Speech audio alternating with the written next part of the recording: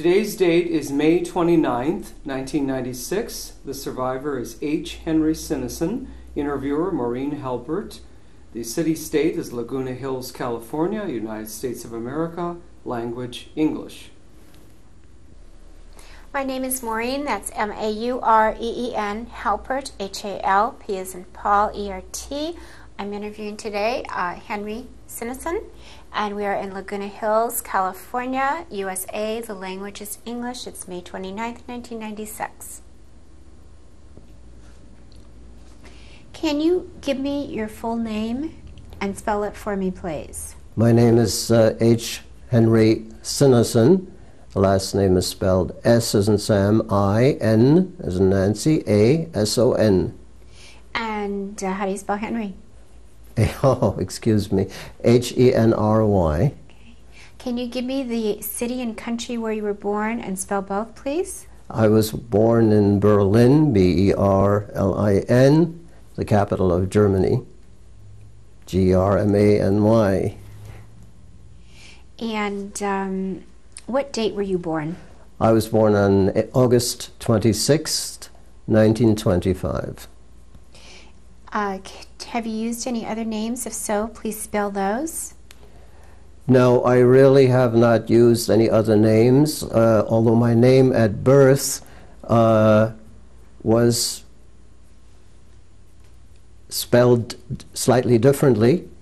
It had a German spelling. The last syllable, son, S-O-N, was spelled the German way, S-O-H-N. I had this changed when I became an American citizen. And I used my first initial, which I use silently now, H. Henry, because my name at birth and in Germany was Heinz, H-E-I-N-Z. And how old are you today? I am 70 and a half. Can you tell me again, where were you born and what was your house like? All right. I was born in Berlin, which was then, as it is today, the capital of Germany. Both my parents were born in Germany, so were my grandparents, and our family goes back, according to some genealogical work that was done, on my mother's side till about 1730 in Germany, and on my father's side, as far as we could trace it, to the early 1840s. We lived in the center of Berlin. My parents were upper middle class.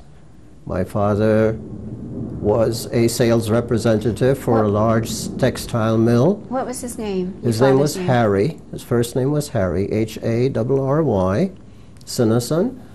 And as I said, he was a sales representative in Berlin for a large textile mill located in the south of Germany. And he would sell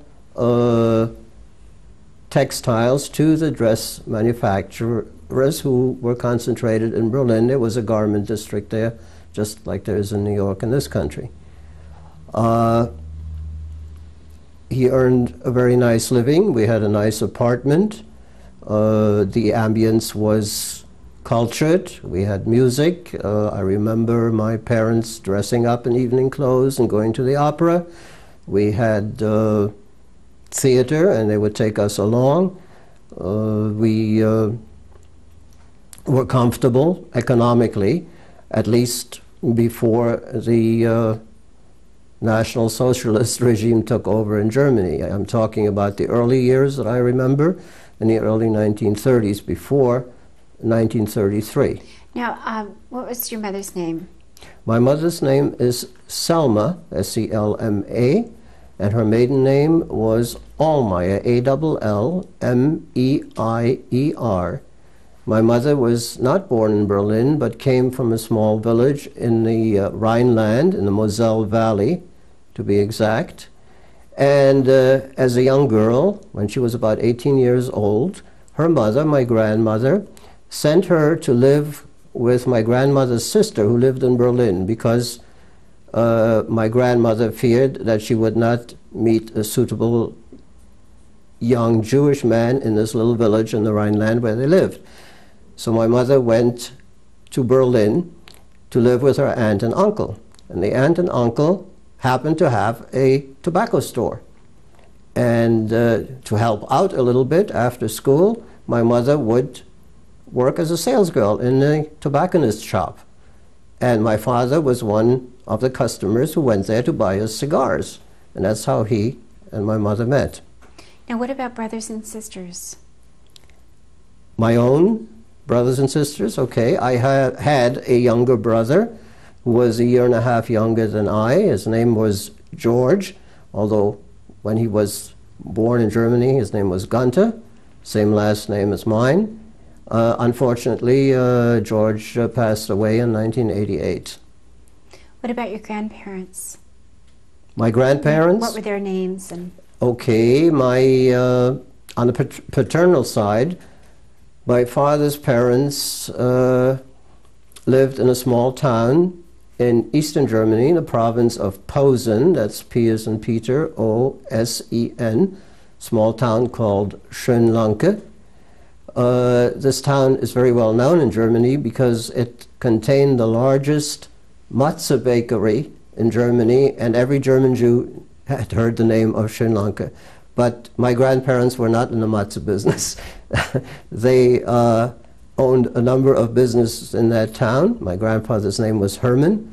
My grandmother's name was Rebecca, same last name, Sinneson, spelled the German way.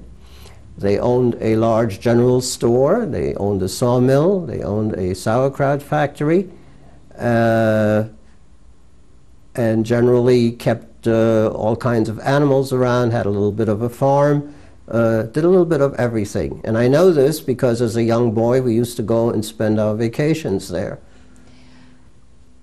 What was Berlin like, the community of Berlin, Jewish community and otherwise? There was a very large Jewish community in Berlin. As far as I remember, before the Nazi regime took over in 1933, there were about 400,000 Jews in Berlin. There were many, many synagogues. There were many, many Jewish organizations. My father belonged to some of them. Some of them were cultural. There was a Jewish war veterans organization to which my father belonged. There was a very strong religious life. There was a Zionist movement. There were other Zionist-oriented parties that had their own program for training young people, and all sorts of things were going on. However, my father, in particular, was German first and Jewish second. Now, this does not mean that he was not an observant Jew. We were what was then called observant. In this country, in the USA, this can be translated into conservative. But in those days, the conservative movement didn't exist, especially not in Europe. We observed all the holidays. We went to services Friday night and Saturday morning. If my father didn't have to work, he made sure that I went and my brother went. We both, my brother and I, sang in the synagogue choir. Usually the synagogues had boys' choirs. We celebrated all the holidays. My father never worked on the holidays. We were, without keeping a kosher home, yet we observed all the traditions, okay? I think this comes as close to conservatism or more modern orthodoxy in this country as you could in those days. And there was never any problem. I mean, when I was a little boy, it was just traditional at Friday nights and Saturday, and we would have a Friday night dinner, and my mother would prepare it, and at Passover we changed dishes and all that sort of thing. And my father would conduct a Seder, and many relatives would be invited. It was a very rich, full Jewish life. Tell me about the schools you went to. Since I was born in 1925, I started school in 1931 or so, when I was about 6 years old. And at that time, there was really no problem. It so happened that the best school in the neighborhood where we lived, in terms of academic work, and also the most convenient, was a Catholic elementary school. Now, Catholic elementary schools were supported by the Catholic Diocese of Berlin, but they were not, as in this country, taught by nuns or brothers. They were lay teachers, and basically they had the same curriculum as the city schools, with the exception that after regular classes there was a class in catechism, and the Jewish kids in the school, and there were a dozen or so, were excused from that, and we could go home early. And we did. Now, this was about 1931 and 1932. In 1933, when the Nazis came to power, this started to change, because my classmates, who were my little friends, and we visited each other and played together and did our homework together and what have you, must have picked up new vibrations at home, because suddenly they called us dirty Jew, they called us other names, they would not play with us, they would not invite us. Some of their parents would telephone my parents and say, I hope you understand, but if my son plays with your son and his other friends will, etc. They knew what was going on. They made excuses, but it didn't stop. It was not an official policy of the school. The teachers were very fair. This was never permitted in class.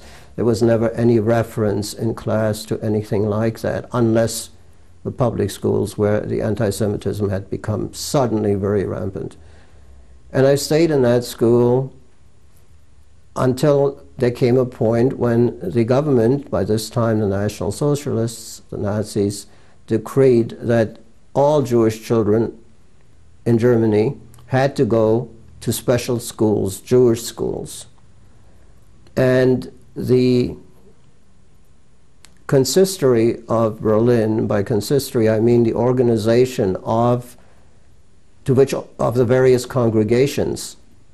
There was a union of all the synagogues and all the congregations, be they Reform or Orthodox, which worked together for social relief and what have you. This consistory founded a number of elementary schools. There were 5 or 6 of them. I went to number 4. This was a regular elementary school staffed by Jewish teachers. All the children were Jewish. When was this? And this was about I would say 35 probably. What was the name of the school?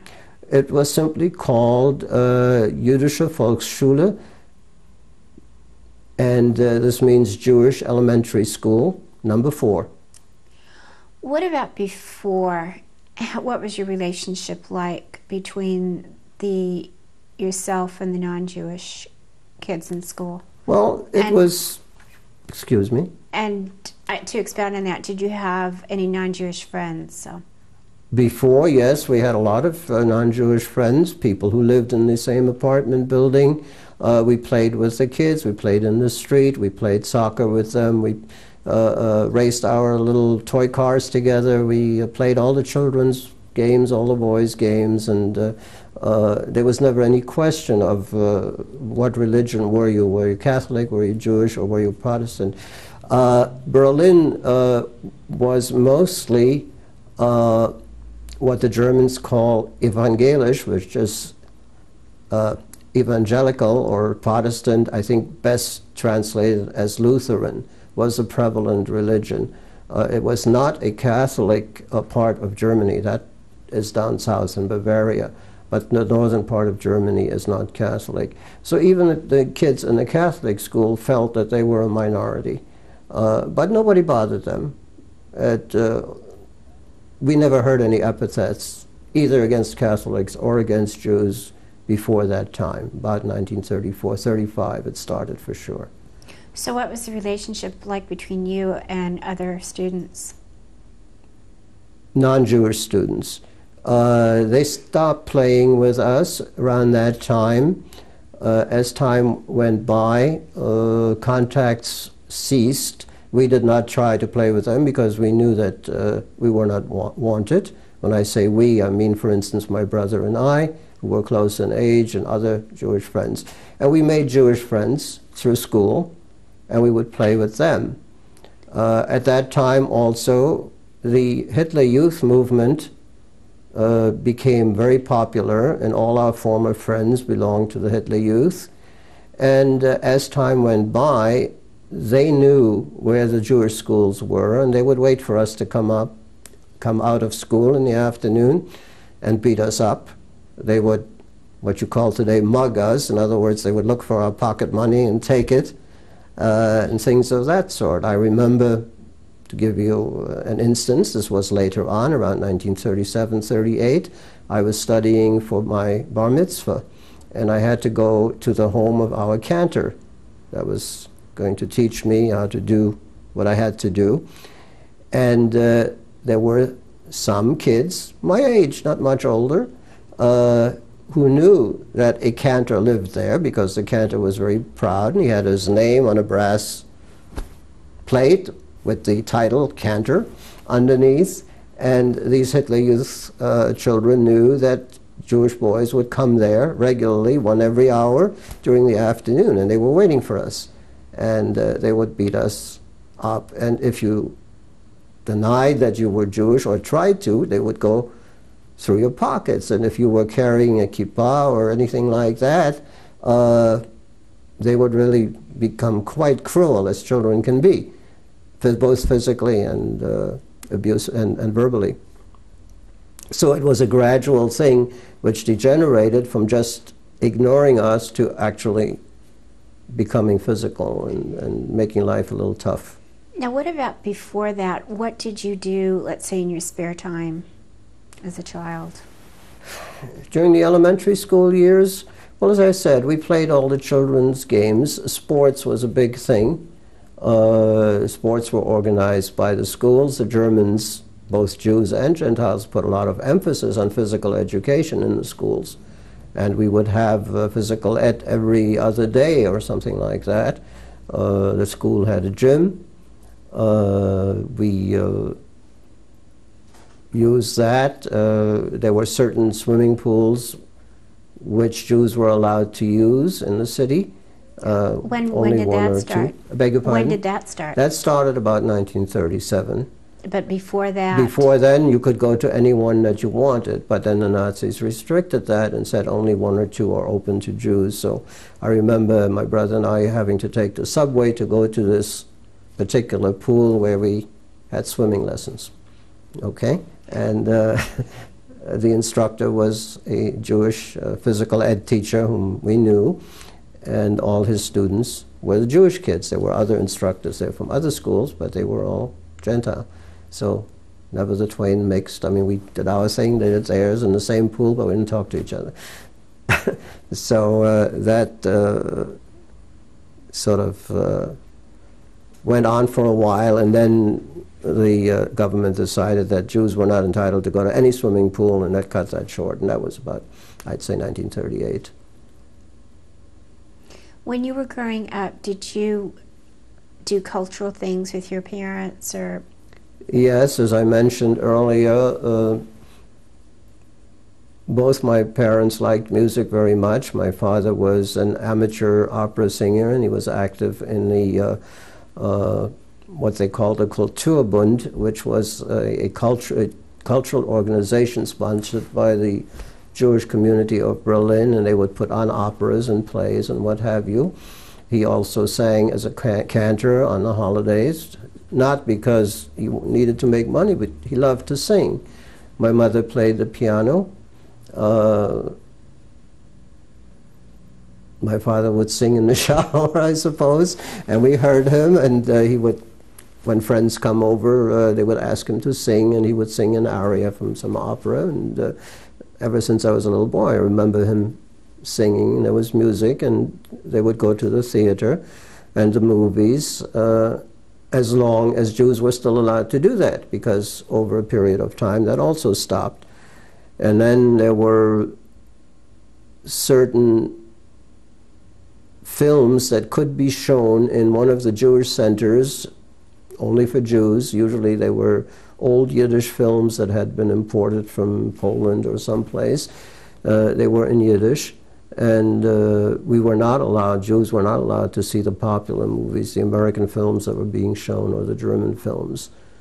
The theater, again, was put on by Jewish people in these Jewish centers. So and I read a lot as a child. We had a very classical education, even in elementary school. A little further on, when I was in 5th or 6th grade, we read Homer, we read the Iliad, we read all the German poets, we read all the... it was, as I said, a very academic, very classical type of education. It was very thorough.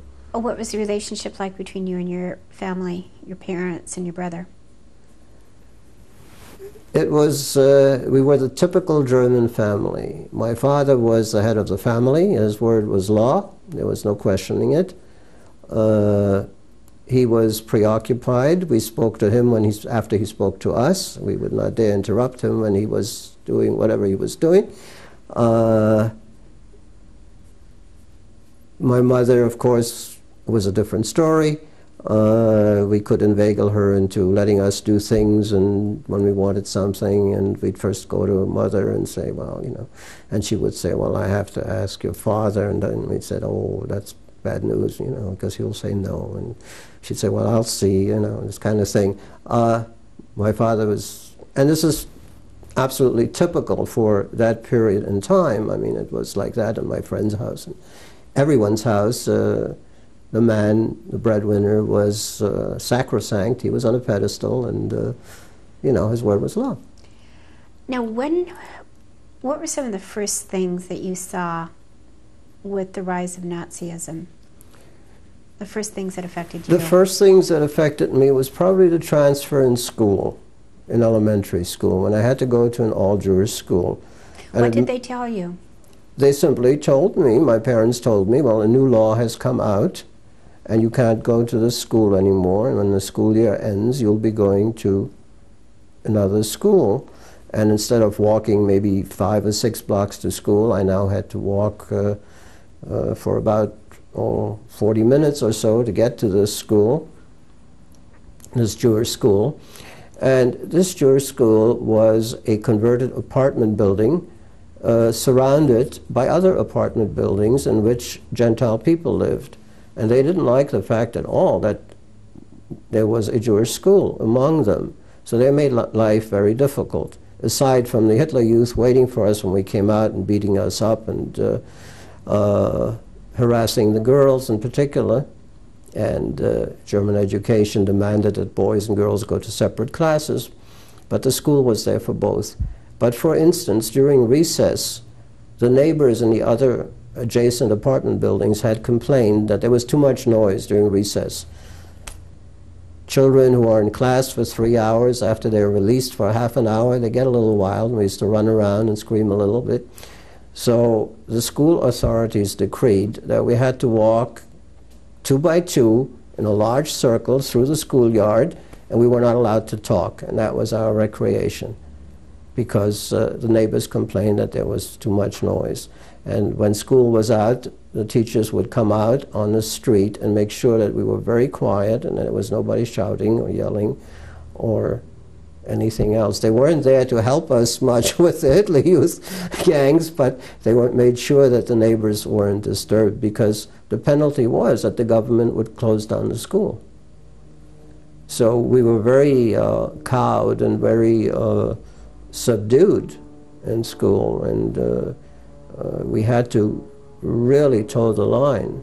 And those were the first impacts that I felt as a child. Now, back home, eventually, we picked up bits of conversation where my father said, well, you know, this so-and-so has been my customer for 25 years, and now he won't buy from me anymore. He's afraid he's going to get into trouble, so I lost his good account. And it became more and more difficult for my father to earn a living, because his Gentile customers were afraid, although they were his friends and they knew him for all these years. And my father had a very, very difficult time dealing with this. As I said before, my father was German first and Jewish second. He had been a volunteer in the First World War. He was, for 4 years, on the French front. He was decorated with the Iron Cross by the Kaiser himself, and this was the proudest moment of his life. And he walked around every day of his life with that Iron Cross in his pocket. And I remember once, as a big joke, which got my brother and myself into a lot of trouble, we took the Iron Cross and we sewed it on his pajamas, and it was terrible. He punished us for weeks. Anyway, he tried to teach us that this was next to holy almost. It turns out that later on this has a great bearing on my story. But my father could not understand that he, as a good German who fought for the fatherland for 4 years, and 4 of his brothers, he was one of 10 children, 4 of his brothers were also in the German army in World War I, both on the Russian front and the Western fronts. And the whole family had been very patriotic, and he was highly decorated. And he could not understand that suddenly he was not considered German anymore. He was just a Jew like any other Jew. And when we first heard stories of the Gestapo rounding up Jews, and these Jews being taken to concentration camps, my father said, pay no attention to that. They're rounding up illegal Poles and Russian Jews that came to Germany, and they have no business here anyway. And he was a bit of a snob, maybe a lot of us, more than a bit of a snob. He was a snob in that regard. He looked down on Eastern European Jews because German Jews were more cultured and German Jews were more emancipated. That was his favorite word. And we were really Germans first. And he simply could not fathom that this right of being a German citizen was slowly being taken away from him. You mentioned that the Hitler Youth would bother you. Did they ever do something to you? And if so, what? Yes, they would. What did they do to us? They would stop me on the way home from school, whether I was alone or with another kid, didn't matter much, and there would be 10 or 12 or 14 surrounding us, and they would say, empty your pockets. And they would take anything that they fancied, whether it was some change that we had to buy a snack, or whether it was a pocket knife or some toy or whatever they felt like it. Usually they didn't bother the books because they weren't interested in books that much. So we never lost our school books and things.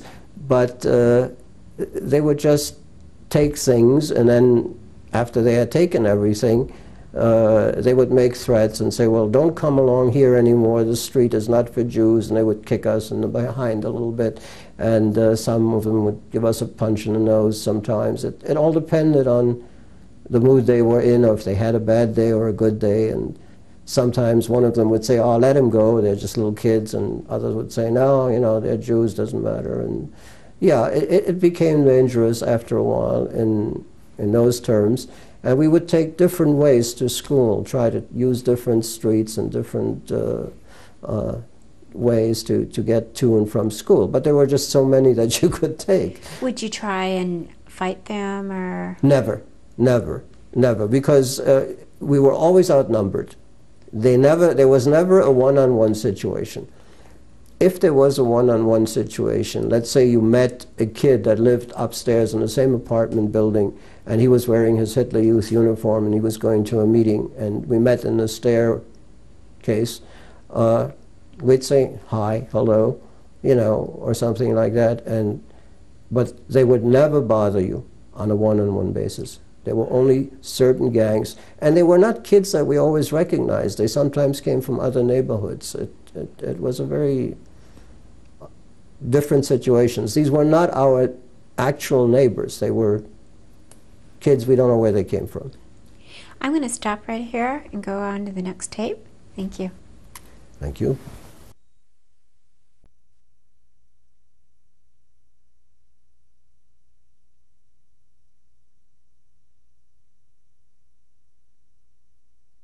Germany? Or did you experience? That I experienced personally, it did not go much further than what I've already told you about, but I saw all around me things that were happening as a result of the new laws and new decrees, anti-Semitic decrees that came out from the government all the time. It just never stopped. Every month there was a new decree. It started out with the schools, then it went to things like the swimming pools, as I told you. Then it went to the movie theaters, where at first there would be one or two where Jews were allowed to go. The others had big signs on their box office, für Juden verboten, which meant forbidden for Jews. So you didn't go in there. Then it went to the coffee houses, which was a very popular German pastime. Everybody went to have coffee and cake at 4 o'clock in the afternoon, my parents no exception. And then they closed that down, and Jews were not allowed to go there. And then a decree came out that any store owned by a Jewish proprietor had to have the proprietor's name painted on the store window in 1-foot-high letters, actually about 50 centimeters. It's very large. And this identified the store as a Jewish store. Jews were allowed to buy in any store they wanted. That is one thing they never took away, to spend the money in the non-Jewish stores. But Gentiles, when they went into a Jewish store, were hassled by the stormtroopers. Usually there would be 1 or 2 loitering near those stores, and if they saw people that looked, quote unquote, Aryan, go into the store, meaning they were blonde, they were blue-eyed, they were not Jewish looking, these stormtroopers would walk up to them and say, "Don't you know that this is a Jewish store," and what have you. Very often they hit on tourists who didn't even speak German and had no clue of what was going on. So that happened, and then they would leave them alone. But if it was a German person, they would ask for their ID papers and take their name and intimidate them. They would, I don't think they ever did anything about it, but they would intimidate them, and these people would never do it again. So of course all the Jewish store owners lost a lot of business that way. And as we found out later on, this was a preamble to the Kristallnacht, the Night of Broken Crystal, because it identified the Jewish stores and made it very handy for the mobs to go looting and pillaging. And but of course this came about, this business of putting the proprietor's name on in large letters came about a year before the Night of Broken Crystal. What about, did you see parades? There were constant parades. Every time that Hitler made a speech, he would assemble all the stormtroopers and the SS and part of the army, and they would go into one of the big sports stadiums, and Hitler would make a speech, and then they would parade around town. If it was nighttime, they would carry torches, and they'd sing these marching songs, and it was all very paramilitary. Did you see Hitler? Did I see Hitler? Several times, yes. Saw Hitler, I saw Mussolini. Seeing Hitler and parades in the street were a problem for the Jews, because like in the United States, when a flag passes, you are supposed to salute the flag. Now they were carrying the new German flag, the swastika, and Jews were not allowed to salute the flag.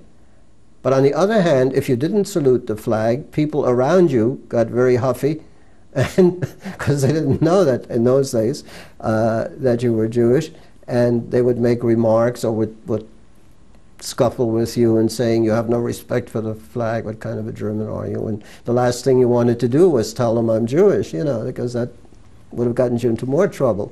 So whenever Jewish people saw a parade coming, they would duck into a doorway or something and try not to be there and watch the parade, because it was a very difficult thing to do. And every group that marched by carried its flag, so all these people constantly raised their right arm and, you know, in this Hitler salute to the flag. But Jews were not allowed to use that salute. That was against the law. And if you just stood there and didn't salute, you weren't, so it was a catch-22. When were you bar mitzvahed? Was it before Kristallnacht or afterwards? It was a few months before Kristallnacht. I was bar mitzvah in September 1938. By that time, the German government had shut down some of the synagogues in Germany on the grounds that they caused traffic congestion and that the neighbors complained of the noise and the people coming and going in the street at all hours and what have you. And they closed about half of them. You just couldn't open them. There were no services there, but they left about half of them intact. Fortunately, the synagogue that I was bar mitzvah in was one that was left open, and I remember that it was filled to the last seat. It seems to be a well-known phenomenon that when Jews or other people are persecuted, they turn towards religion. And before the 1930s, there were many agnostic Jews who did not participate in the Jewish life of Berlin, but by 1938 there was not a single Jew in Berlin who did not go to a synagogue or did not in some way participate. What synagogue were you a member? It was a little Orthodox synagogue. Well, it was modern Orthodox, say what we call conservative, as I said before. And it was simply called by the name of the street it was in. The street was Passauer Straße. Passau is a city in Germany, and the street was simply named after the city of Passau. And the synagogue had a strange location. It was in the back of an apartment building. You walked through the apartment house, and there was a big courtyard behind it, and in this courtyard stood the synagogue. And that's where I was bar mitzvah, and we had a rabbi and a cantor, and we had the boys' choir, and all of my relatives that were still living in Berlin came, and then we had a little bit of a party at home, because Jews were not allowed to go to any restaurants anymore. It was the end of 1938, and my mother and my aunts came and helped her, and they baked and cooked and things like that, and we had a traditional lunch, and it was a nice day. I remember it very well. Were you affected by any curfews or propaganda? Not in my day, no. No. Did you see, what type of propaganda did you see? Propaganda was everywhere. It was on the radio every time that you heard either Hitler or Goebbels or Goering or any of the ministers speak. They blamed every problem in Germany on the Jews. In Germany, as all over Europe, they have these, what they call kiosks, which are simply round pillars on which the day's newspaper is posted, also some other posters advertising movies and theater, and these would be full of cartoons showing Jews always big-nosed and greedy looking and carrying bags of money strapped to their belt and with some sort of a caption under it, blaming the Jews for this and for that. And the official slogan, one of the official slogans of the Nazi regime that was plastered all over the city of Berlin was Die Juden sind unser Unglück, which means that the Jews are our curse, okay, or bad luck. Actually, translated properly, it's bad luck. And this you saw on every park bench and on every, it was like graffiti all over town. So we saw a lot of that. And of course the newspapers, as I said, were full of articles about, Jewish store owners exploiting their employees, and this Jew had been caught with a non-Jewish woman, and this Jew was sent to jail, and this person was sent to jail. And though he was not Jewish, he had a Jewish grandmother, which explains the obvious of why he was a criminal, and things like that. I mean, beyond any rhyme or reason. Tell me about Kristallnacht. Kristallnacht, November 9th, 1938. I remember it very well. We woke up in the morning, my brother and I shared a room, and we heard something that sounded like a crash, and we also heard glass shatter. And it woke us up about, it must have been about 5:30 in the morning. But we didn't think much of it because we lived in central Berlin, not far from the theater district, and there were some nightclubs there, and there was a lot of traffic at night sometimes, and sometimes there were some drunk drivers, and there were many accidents that happened, automobile accidents, and we thought somebody had crashed into a lamppost or into another car, and it was just that. So we just went back to sleep for another hour, and then when my mother woke us up, she said to me, go outside and buy some milk. In those days, you didn't have supermarkets. Milk was obtained two ways. It was either delivered to your door, or you went to a little store called a creamery that sold milk and cheese. Jews were not entitled to door-to-door delivery anymore because the drivers refused to serve Jews. So fortunately, in the front of our apartment house on the street level, there were several little stores, and one of them was a creamery, and my mother would every morning send, we took turns, my brother and I, send us out. So I went out with a little pail that we had, a little container just for the milk, and I went out to buy a quart of milk. And when I came out to the street, I saw that there was another shop which belonged to a Jewish neighbor who was a furrier, that his show window had been smashed. And I bought the milk, and I went back in, and I said to my mother, I don't know what happened. We heard a crash this morning, and now Mr. Cohn's window, storefront, is all smashed in. And my mother said, well, it must have been a drunk or some rowdies who threw stones or something. Just get dressed and go to school and be careful, you know, don't stop anywhere and to look, just go. And we went to the corner of the next main street, which was a busy shopping street, and there we saw that all the Jewish stores had been smashed. And there were big crowds in the street, and there were some police there, but they didn't restrain the crowds. The crowds were egged on by stormtroopers in their brown uniforms, and they were looting all the Jewish stores. So my brother and I got scared, and we ran back home, and we told my mother. And she woke up my father and said, well, something is happening. This is bad, because there's a big angry crowd out there. And my mother said, you're not going to school. Just put your books away. And we stayed in the house, and we listened to the radio, and it said that there were mobs all over the central part of Berlin and other parts, being angry because this German counselor had been shot in the Paris embassy by a Polish Jew, and that the German people wanted revenge, and they were going to kill 100 Jews for this one, you know. So my mother and father said, this is very dangerous. I think you better not go outside. In fact, we're going to go down into the cellar, and we're going to stay there during the day. Down in the basement, they had storage bins, which we called the cellar. It was a basement of the apartment house. And we went in there, and we had some wooden crates that contained our Passover dishes, and behind that, we had a little folding table and some chairs, and we had prepared that just in case. So we went in there, and we were very quiet and reading and things, but all was very quiet and nothing happened.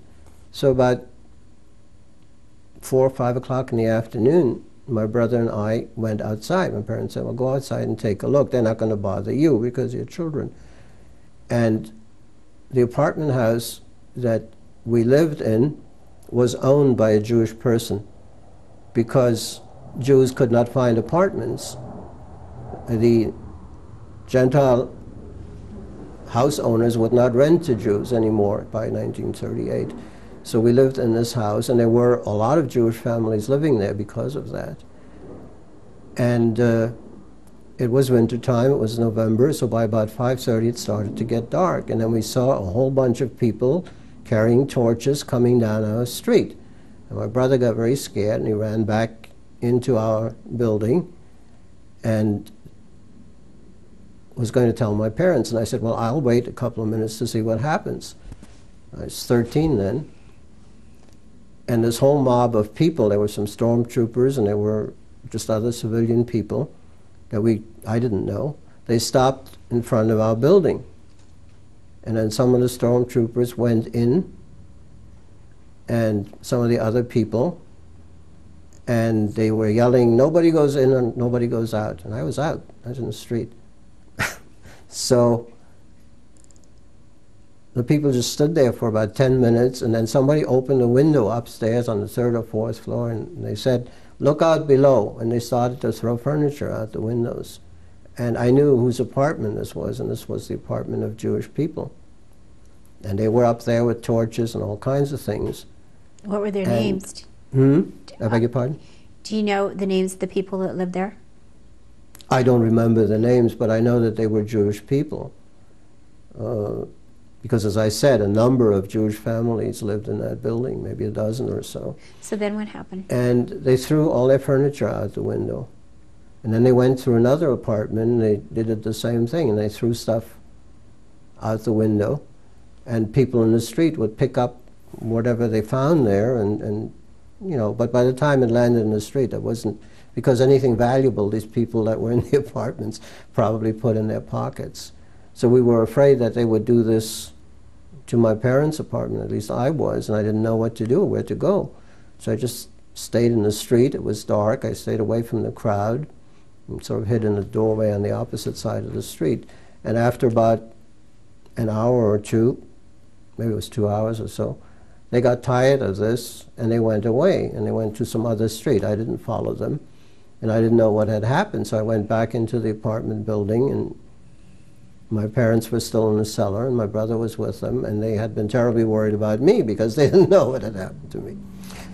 So I said, well, all is clear outside. They've gone away, you know, and so my father said, well, I'm going to see if I can help the people or do something for them, or if they need some place to stay that, you know, had been put upon by these people. But they had already left and gone somewhere else.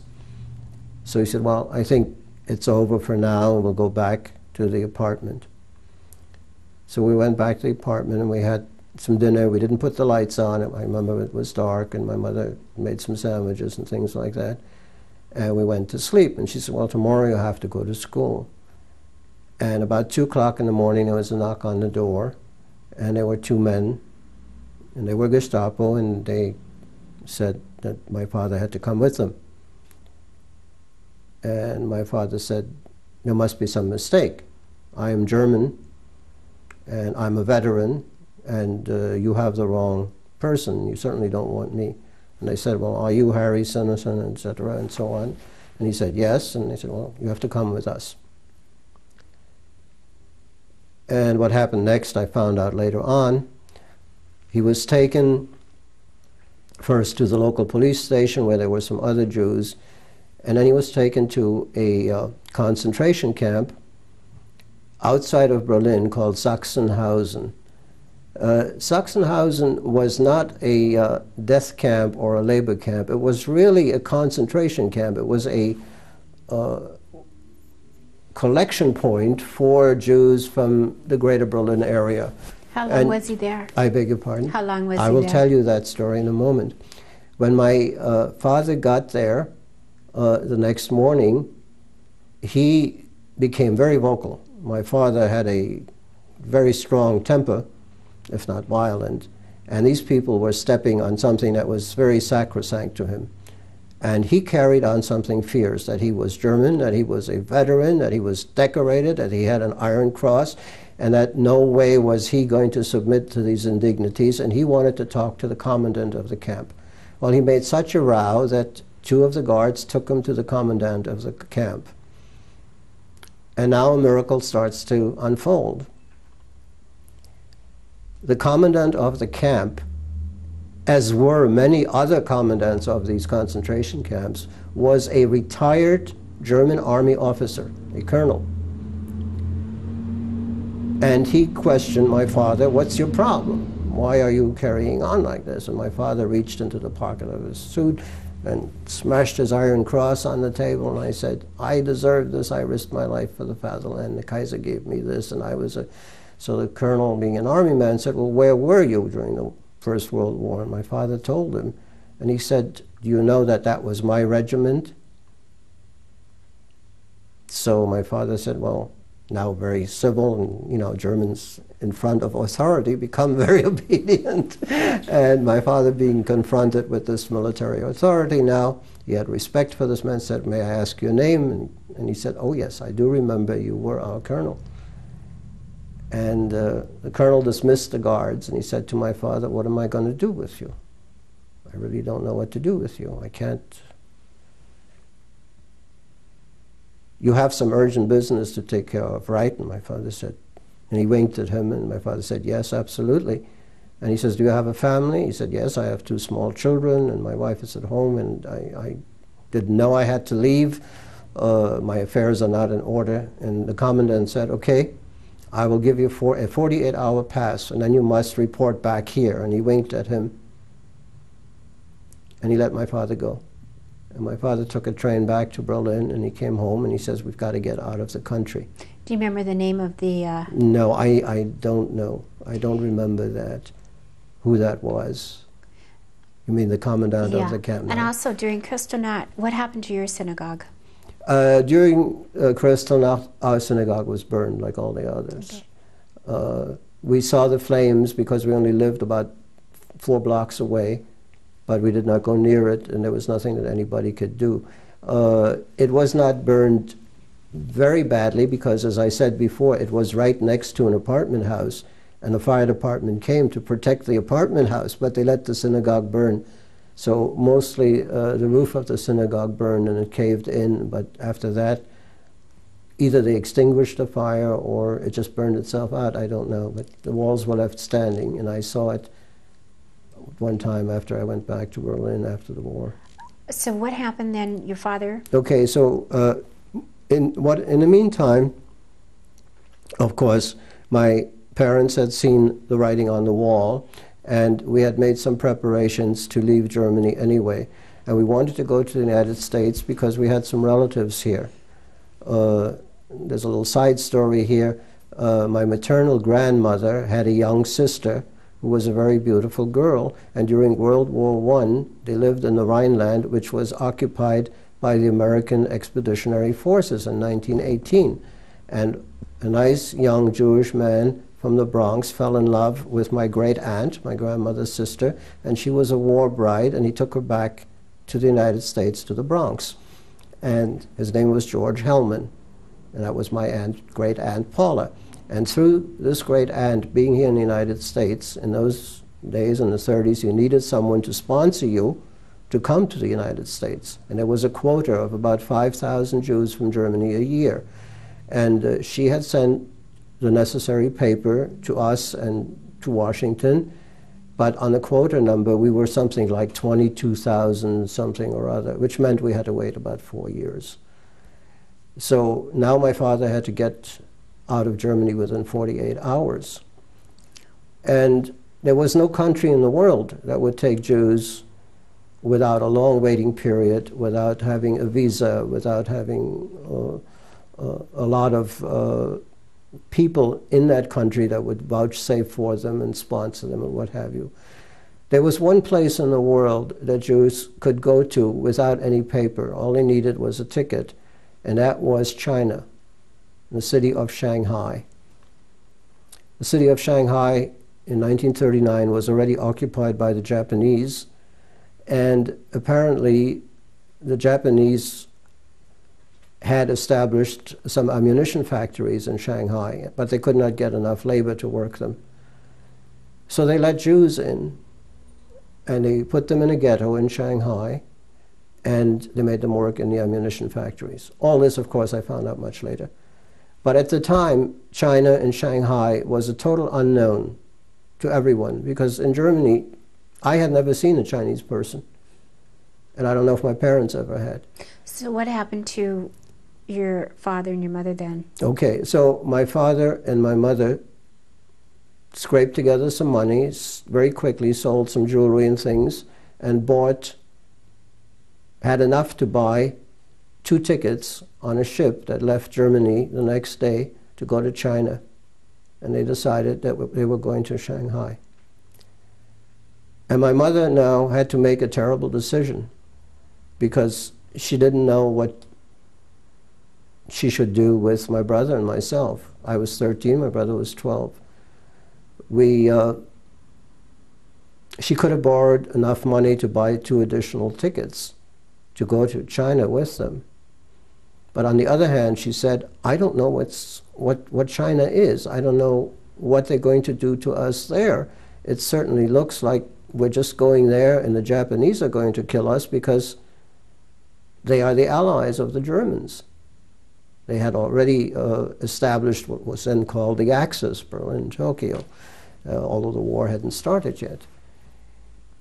Now it happened that one of my father's brothers, my Uncle Richard, was living in Paris. He had left Germany in 1933 because he was the head of the Berlin grain exchange, and he was on the Nazis' hit list. As soon as they took power, he was one of the people that was to be arrested.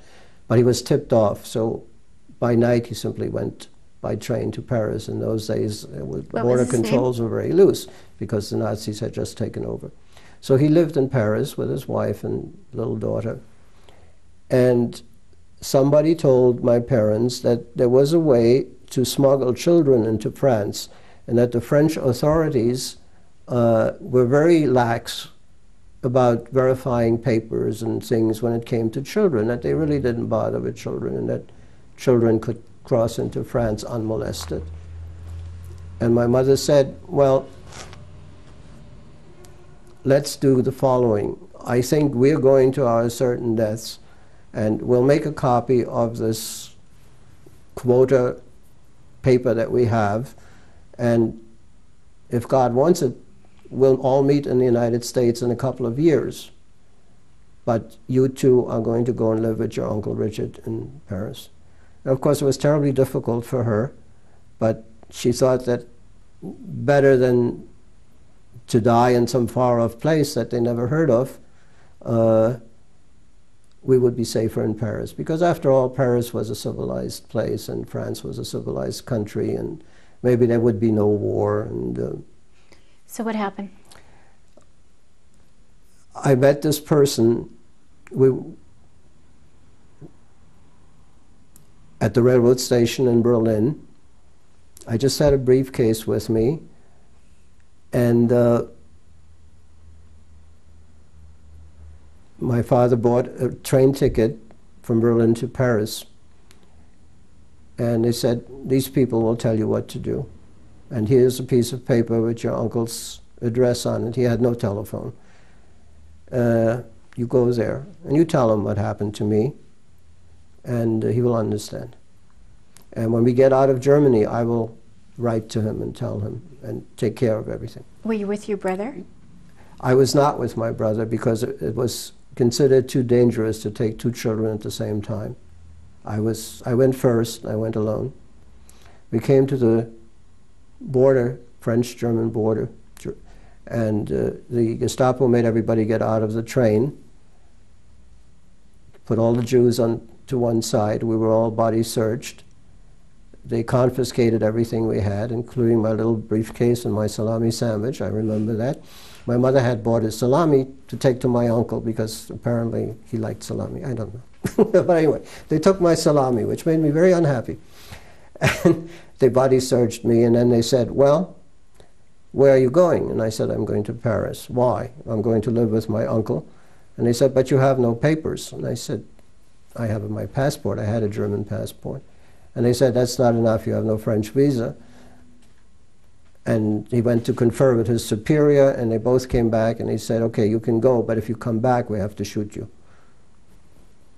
Didn't mean anything, because by this time, you know, you sort of get numb.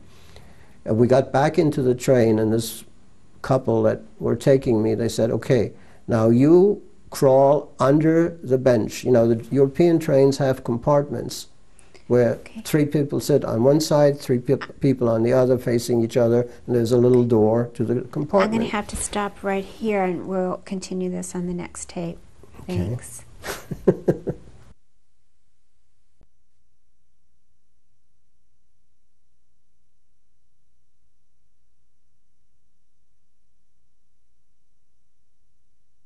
And you were talking about a little door. Can you expand Yeah, I was on that? describing the arrangement of the trains in those days. As a matter of fact, they still have them in Europe today, where passengers sit in little compartments. The compartments have two benches. On each bench there are 3 seats, so there are 6 people in a compartment. And there's a little door that shuts each compartment, and outside the door there's a long hallway, corridor that goes from one end of the railroad car to the other, and the restrooms are at the end. And those were the configurations of the trains.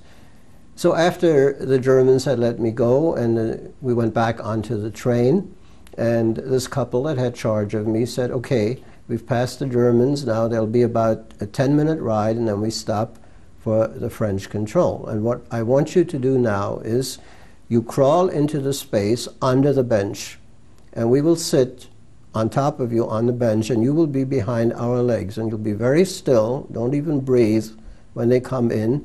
They will come in, they'll say something in French, and we will show them our passports, and then hopefully they will go away. And there were some other people in the compartment too. They were all Jewish people leaving Germany, fortunately.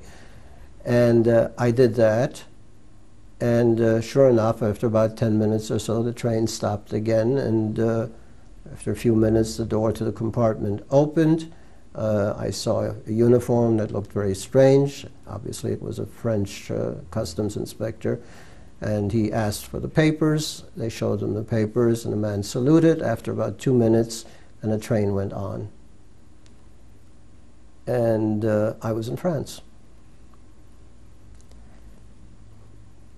The train arrived in Paris about 6 o'clock in the morning. But there was a little problem, because unbeknownst to me, my father had bought a second-class ticket, and we were in first class with these people.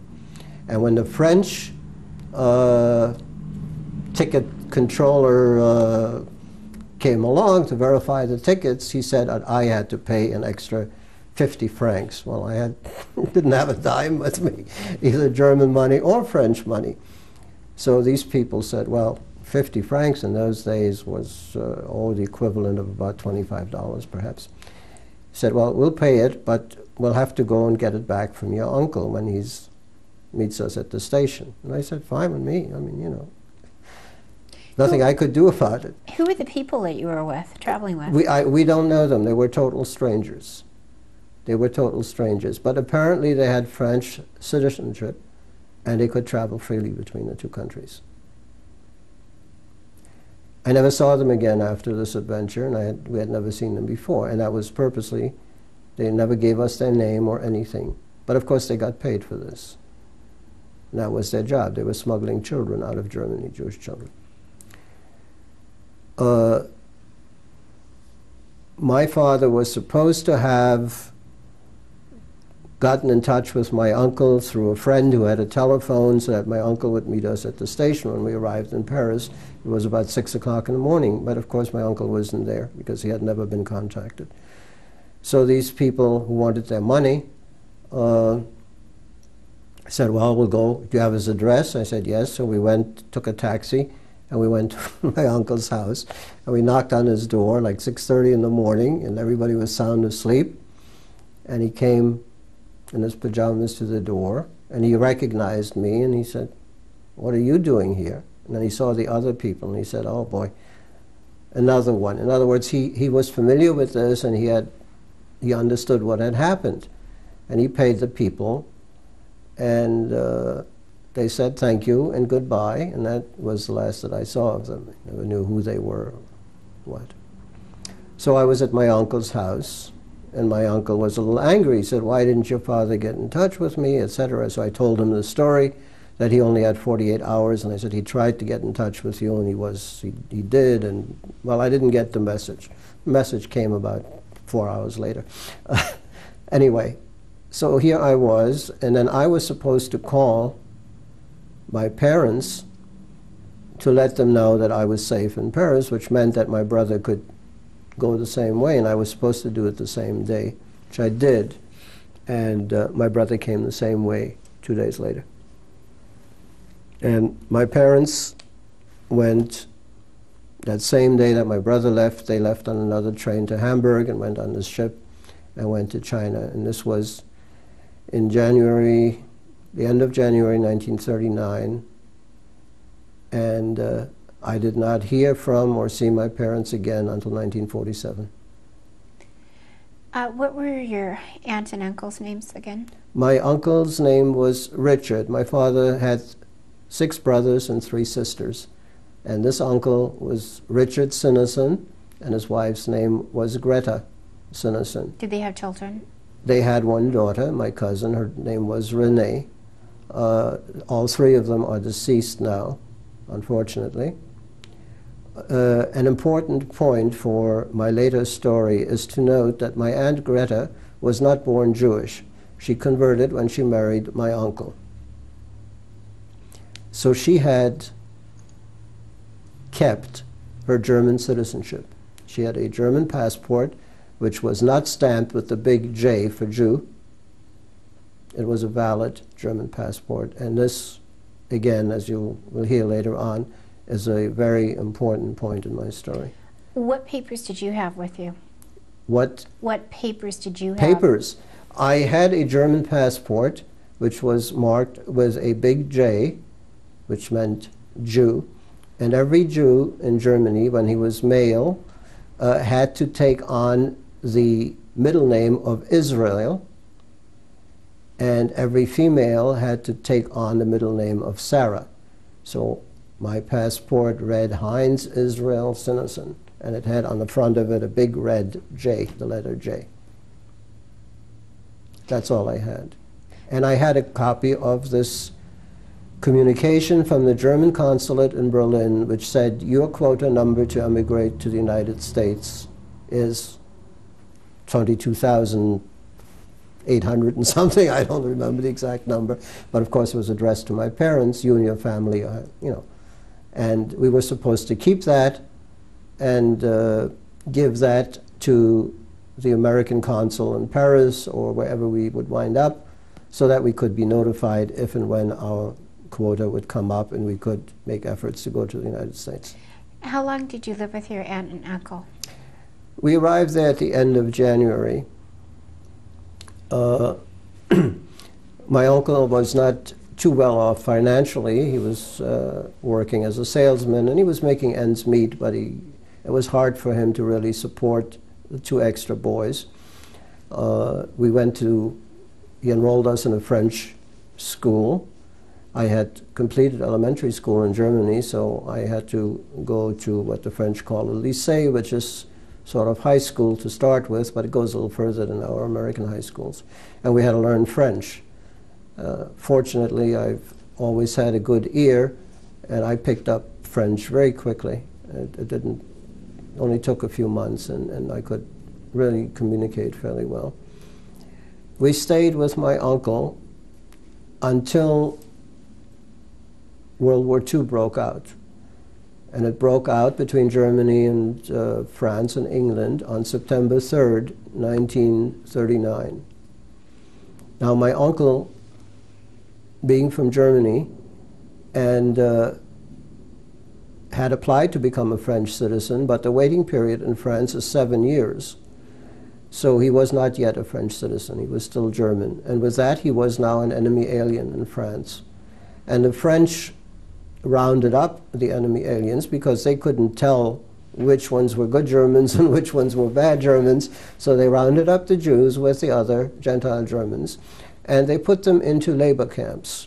And their job was to repair roads, repair bridges, dig trenches for the troops, and do things of that sort. So they were not harmed in any way or threatened physically. So what but they happened had to you? work. With that, of course, my aunt had no financial means to keep us, and she called an acquaintance who was working for a Jewish social agency in Paris called the Assistance Médicale aux Enfants Réfugiés, which means a medical assistance group to help refugee children. These people sent us to a children's home boarding school in the suburbs of Paris. There were about 25 children there. It was a large country house. It was run by a German-Jewish couple, and we were enrolled in a little village school there and continued our education, and we helped with the chores and kept that house running. And the social organization paid for our maintenance, as it did for all the kids that were there. There were a total of, did I say 20 or 25 there?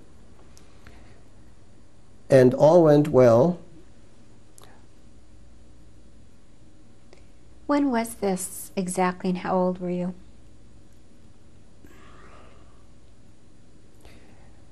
This was in September of 1939. I had just turned 14. Now, as I said, this little children's home was run by a German-Jewish couple, and about a couple of months after we got there, the gentleman that was running this home, this Jewish man from Germany, his name was Mr. Joachim, was also rounded up by the French police as an enemy alien and sent away. And his wife tried to carry on for a while without him, but it was very difficult for her to run this thing alone. And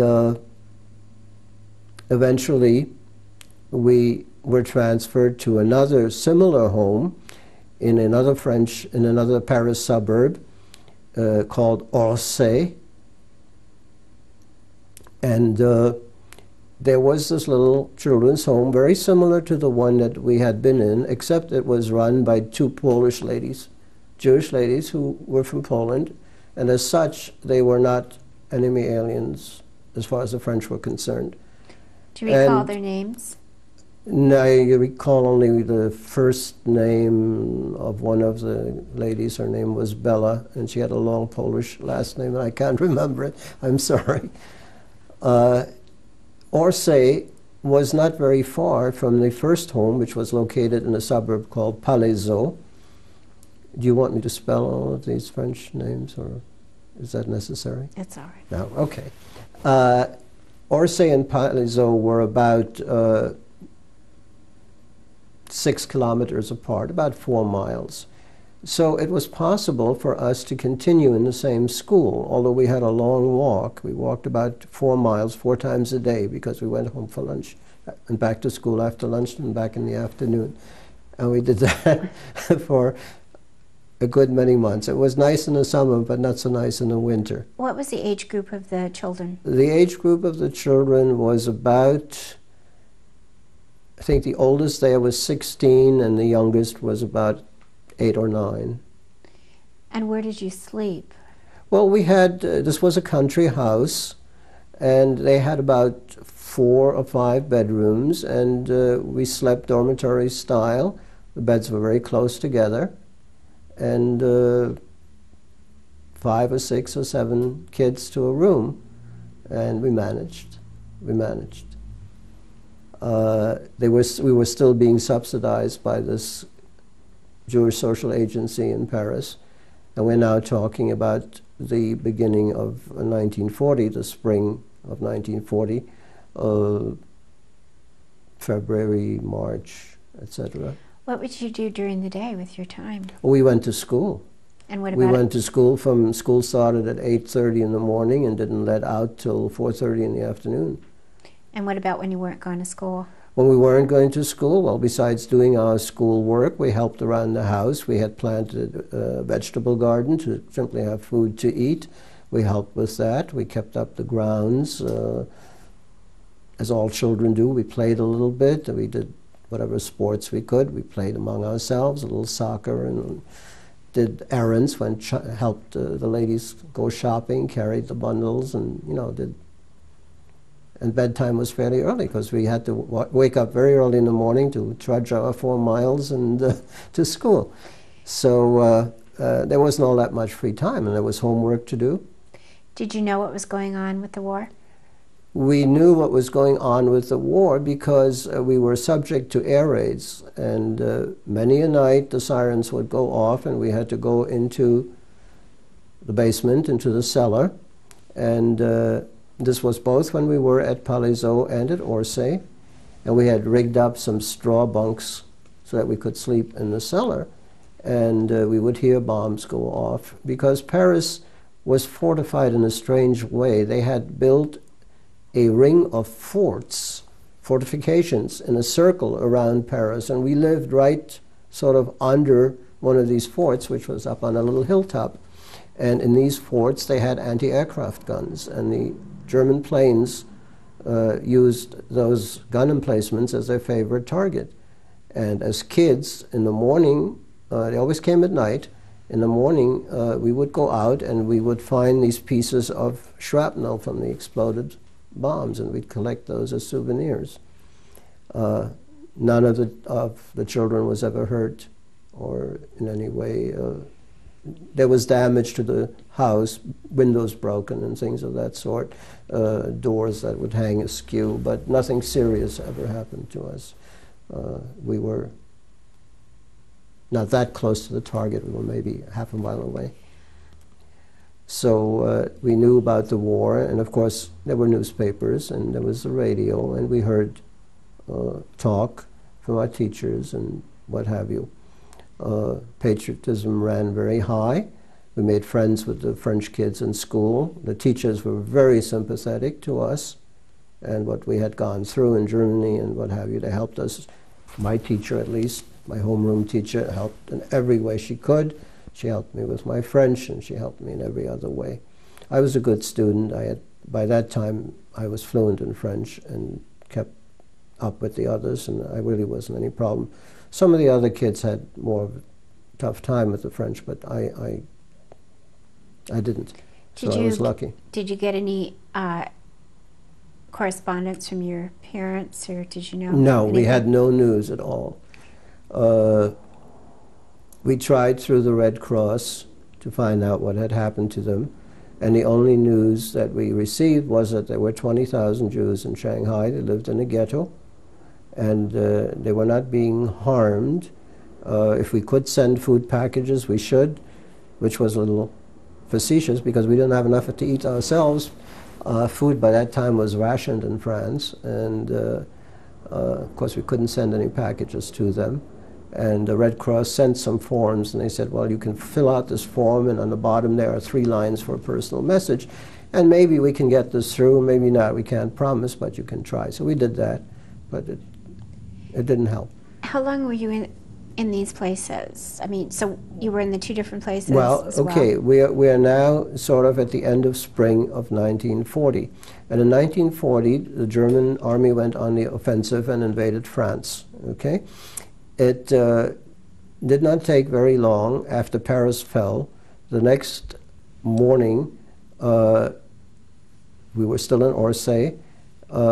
We heard the noise of marching outside, and we looked outside very early in the morning, 5 o'clock, and they were French soldiers retreating. And then a French soldier came to our house and said, take cover because we're going to blow up the bridge. The highway they were on ran over a little creek, and there was this bridge, and about 5 minutes later there was this huge explosion and all the windows broke, and this was very close to the house we lived in. And the French had blown up that little bridge to slow down the Germans. Well, it didn't slow down the Germans because they simply went down a side street, bypassed the bridge, and continued on the same highway. And the 2 ladies said, well, you know, the Germans are here. Now we are the enemy, we're Polish, we can't keep this up, you have to leave. And we said, well, we don't know where to go. And they made a couple of phone calls, and they said that there's a French orphanage run by the French government in a town called Sèvres, which is near Versailles, and that's about 20 kilometers from here, about 14 miles. And you can take the bicycles. We had about 4 or 5 bicycles in the house that we would run errands on. And we just each took our clothes and some things that we could put in a backpack. And they're expecting you, and you go there, but be careful because you have to cross the German line. So we marched with some French soldiers who went up to meet the Germans on this road to Sèvres. And after a while, the French soldiers turned back, but we had to go on. We saw some Germans, but they didn't bother us. And we went to this place, which was a very large state orphanage, and there were about 500 children there. They were not Jewish children per se. We were the only Jewish children. This group of about 8 or 10 of us that went there. These were all French children. It was run by French people. And it was sort of, in retrospective, an Orphan Annie type place. You know, it was run by a couple of ladies who were a little mean and strict, and at least to us children they were. But they had a big responsibility, all these kids, and, you know, supply problems were huge and what have you.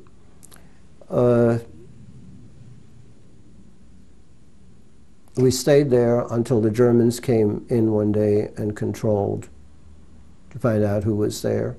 And they asked these ladies if there were any Jewish children there. And of course she said yes. And she pointed us out to them, and this German soldier came over to me and he spoke to me in German. I had no choice, but I answered him in German. And he said to me, if you do me a favor, I will do you a big favor. I said, well, anything I can do. He says, I want to buy a motorcycle, and I understand there's a dealer in town, but I can't speak French. Can you help me? I said, okay. And I didn't ask him what his favor was, but I went with him to this motorcycle dealer, because apparently by this time in Germany you could not buy a motorcycle anymore. They were just making armaments. So I negotiated, I was 14 years old, but I negotiated a deal for this motorcycle for this German soldier, and he bought it. And we walked out. He says, now, I will tell you something, but don't say to anyone where you heard this or that I ever told you. He said, get away from this place where you are. That's all I can tell you. So I sort of knew what he meant. And I told the other Jewish kids, and we ran away at night. We, meaning my brother and I. Do you remember the soldier's name at all? No.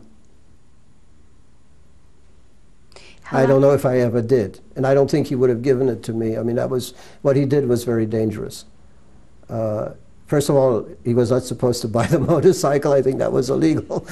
And secondly, that he would tell me that they had some sort of orders to pick up these kids. That was absolutely, you know, against regulations. So how long were you at this orphanage? We were at this residence, I would say, about 3 months. In this orphanage. Who was, were there any groups that were helping out with the At children? this point, no. At this point, we were wards of the French state.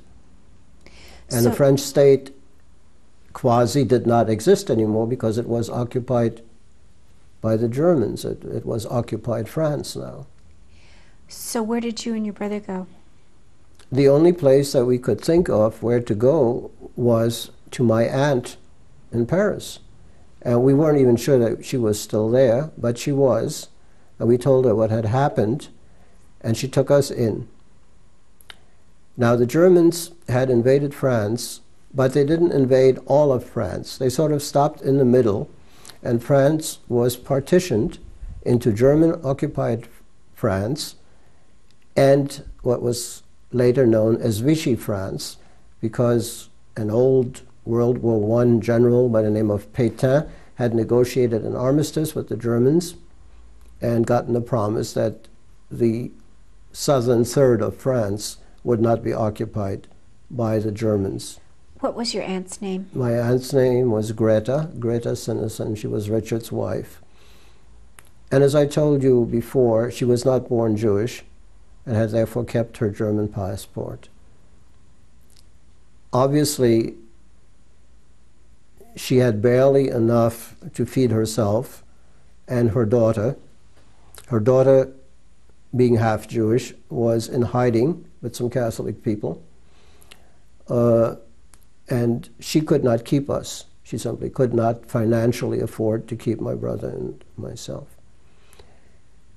So she tried to get in contact with one of the Jewish social organizations that had taken care of us before, but they had all fled into that unoccupied part of France, into Vichy France. And she called someone there, and they said, well, if you can get the boys to come here, we can take them into a home. But I don't know how you're going to do that, because the Germans are not letting any Jews cross the line. So my aunt said, okay, let me handle this. And the next morning she said to my brother and myself, without telling us what she was about to do, get dressed, put on your best clothes, and come with me. And we took the subway, and she went to Gestapo headquarters in Paris with us. And I thought she was going to turn us over to the Gestapo.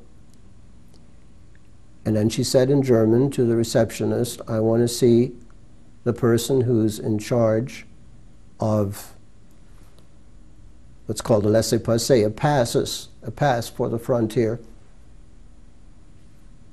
And the receptionist said, are you German? She said, well, naturally I'm German. And she was blonde, blue-eyed, very German-looking, very tall, statuesque type woman. And he was very polite and clicked his heels, and he took her to the person that was in charge of this department. And she walked in there speaking German. Of course, my brother and I understood. And she said, my name is Greta Sinnesen. I'm a German citizen. These two boys are my nephews. And she used our German names, Heinz and Gunther. And they are in boarding school in the south of France because we want them to learn French. And now all of a sudden I understand you need a special paper to cross the border. He said, that's correct, madame. Please give me the names again. He filled out 2 pieces of paper, handed it to her, and he said, please, sorry you had to inconvenience yourself and come here. And she marched out with us, and then she fainted in the street. Anyway, excuse me.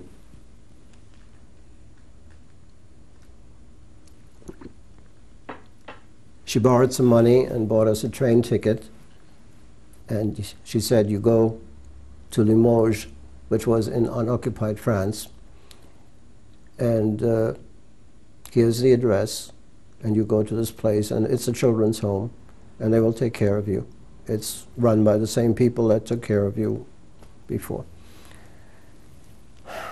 And we thanked her, and we got on the train, my brother and I, and we got to Limoges, and we asked somebody where this place was, and they said, well, you have to take a streetcar. Okay, so we had a few pennies left, and we took the streetcar. And we arrived there again, always at 6 o'clock in the morning. And these people said, oh yes, you are the Sinnesen boys, we know you were coming, and they took us in. Now, this home had changed hands, and there was a different social organization running it. And this organization played a very important part in our life, still does today. And this organization is called the OSE. It's simply an acronym. The letters O-S-E, with an accent on the E. In French, it's pronounced OSE. It stands for Œuvre de Secours aux Enfants, which means simply organization to help children. We had no idea who was funding them, but we knew, or we were told, that they had a network of children's homes in unoccupied France, and that there were French Jewish children there and also some German refugee and Austrian refugee children there in these homes. Now, the home we landed in Limoges, was really a home geared to small children, babies, toddlers, and things, and kids of that age. And we were a little too big by this time, my brother and I. So after about 3 weeks there, they sent us to another home, which was about 100 miles or so north of Limoges, but still in unoccupied France, in a department called the Creuse, and the tiny little village of about 100 people was called Chabannes. And this big country house that this home was in now was called the Chateau de Chabannes. It wasn't really a chateau. It was just a nice old country house, sort of Georgian style. We're going to stop right here and go on to the next tape. Thanks.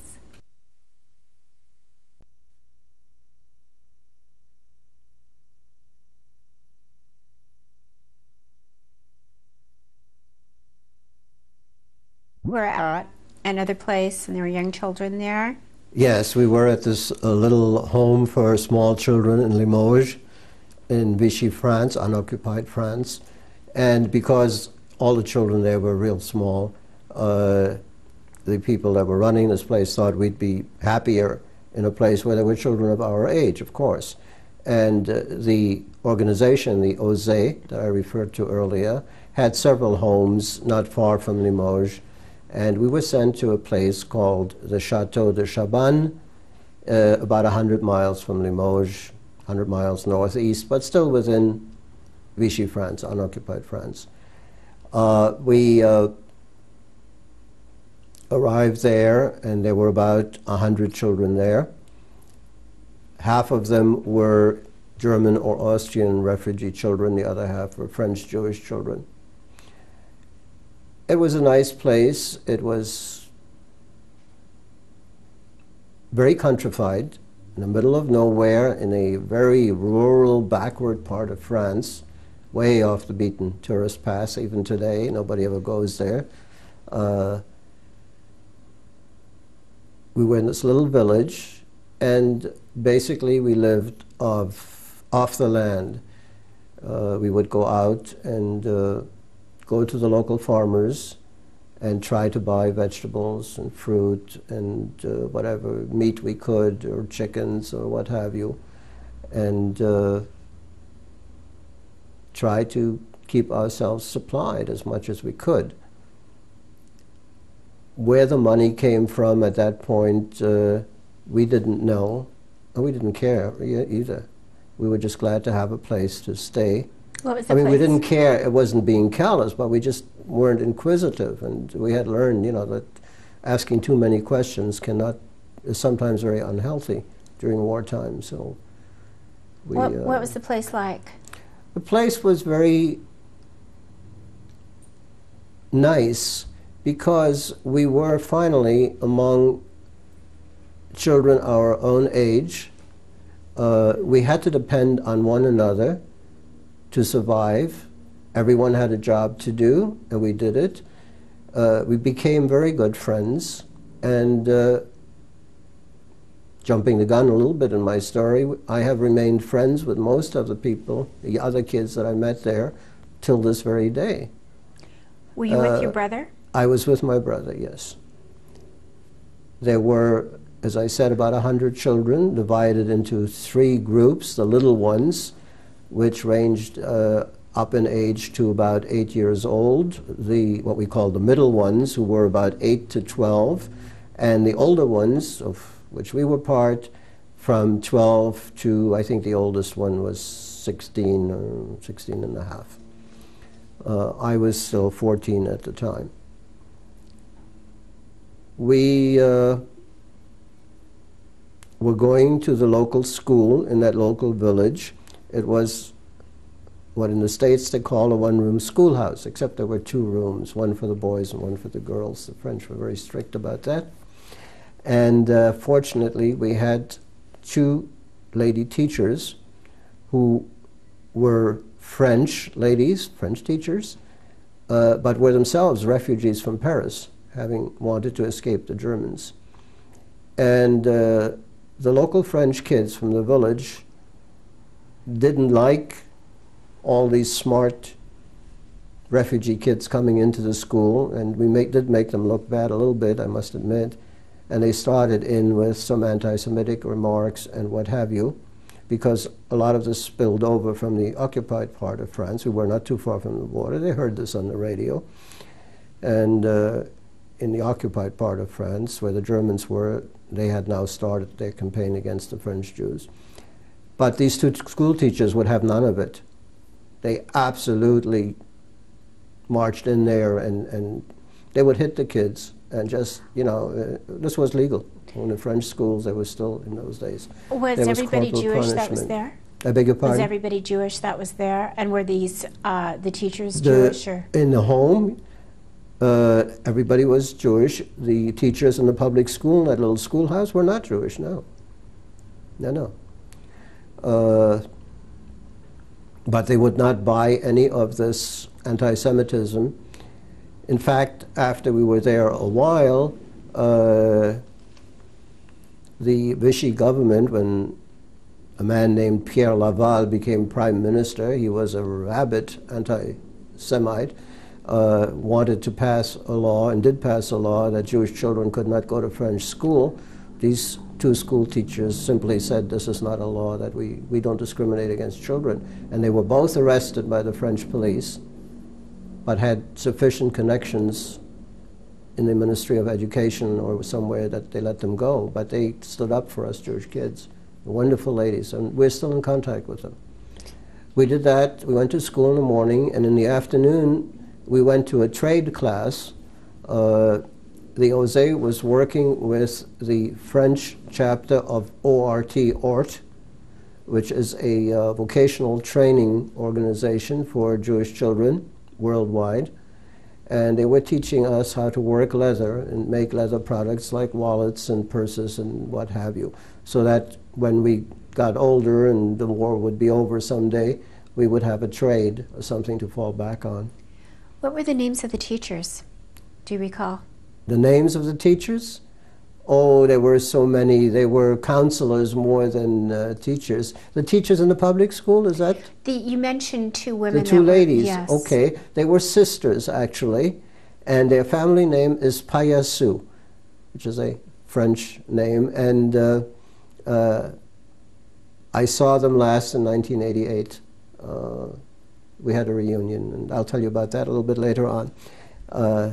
They're retired, of course, now, but still very much active.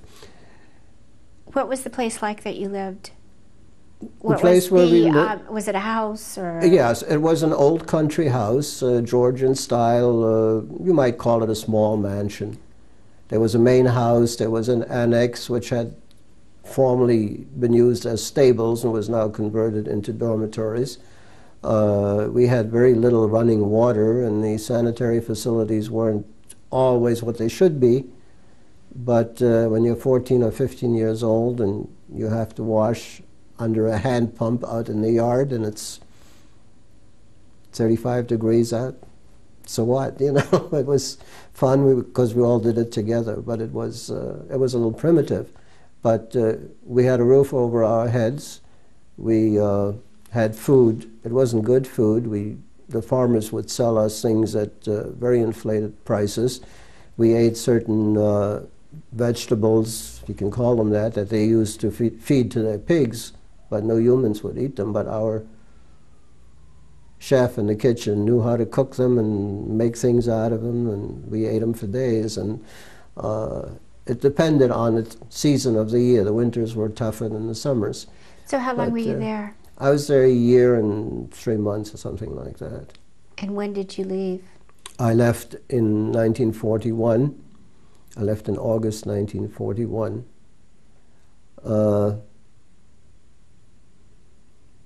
One day, the director of the home called me into his office and said, I understand that you have relatives in the United States. And I said, yes. He said, well, did you have any papers? And I said, we did, but at one time when we were going to this French orphanage, we tried to pass ourselves off as French, and both my brother and I spoke fluently and without accent, and we took everything that was in any way related to Germany, our passports and any identity papers and anything that made us, by trappings, Jewish, and we buried it in a yard in Orsay, and I don't have any papers, I don't have anything. I only have my name, and you can check with the consulate, I guess, in Paris. And they said, well, we can't go to Paris, but we can go to Marseille. There's an American consulate in Marseille, and we can find out if they know anything. And then he said to me, if you had a choice to make, would you go and try to find your parents in China, or would you rather go to the United States? And I said, of course, I'd rather go to the United States, because I had no idea if my parents were alive or not. So he said, okay. What were their names, the directors, do you recall? His name was Félix Chevrier. He was a Frenchman. He was a former congressman in the French Parliament, He had also been a refugee from Paris. He was not Jewish, but he worked as director of this Osé. And it was important that the head of these places be not Jewish and be someone connected with government, because it made the local village people more compliant and more cooperative, and they wouldn't. But by the time 1941 came around, the French police were already in Chabannes, and they were questioning everyone. And they had been sent by Vichy, and of course the Germans had put pressure on Vichy to try and round up the Jews in that unoccupied part of France, and Vichy cooperated fully. The French police were more thorough than the Germans and the Gestapo in that area. The Germans came and visited once. They just wanted to see who was there. Some German officers came. They really had no jurisdiction in that unoccupied part of France, but they didn't care. They came anyway, and they just nosed around a little bit, and then they left again. But then the next day, the gendarmes came, and they were more thorough. So we knew that it was a matter of time before they... and eventually, after I had left, they rounded up a number of comrades and sent them. They wound up in Auschwitz and in some of those camps. So what happened to you then? So after this interview with the director, a few weeks passed, and then he called us in, and he said, okay, you said to me that you wanted to go to the United States rather than to go to China. And I said, yes. And he said, well, how about your brother? And I said, well, my brother feels the same way. And he said, okay, one of you can go to the United States. We don't have enough money to send you both. So I said, well, I'll let my brother go. And my brother and 3 other kids were sent to Marseille. And eventually smuggled into Spain, then went to Portugal and came to the United States. And I'll tell you the details in a minute, because I followed that route a few months later. When the time came, I was called into the director's office, and he said, okay, it's your turn. Oh, I thought I turned that off. And so when was that then? That was in September 1941. Okay, and tell me about that. I'm sorry, no, I'd like to correct that. It was in August, the beginning of August 1941. I left Chabannes on August 4th, 1941.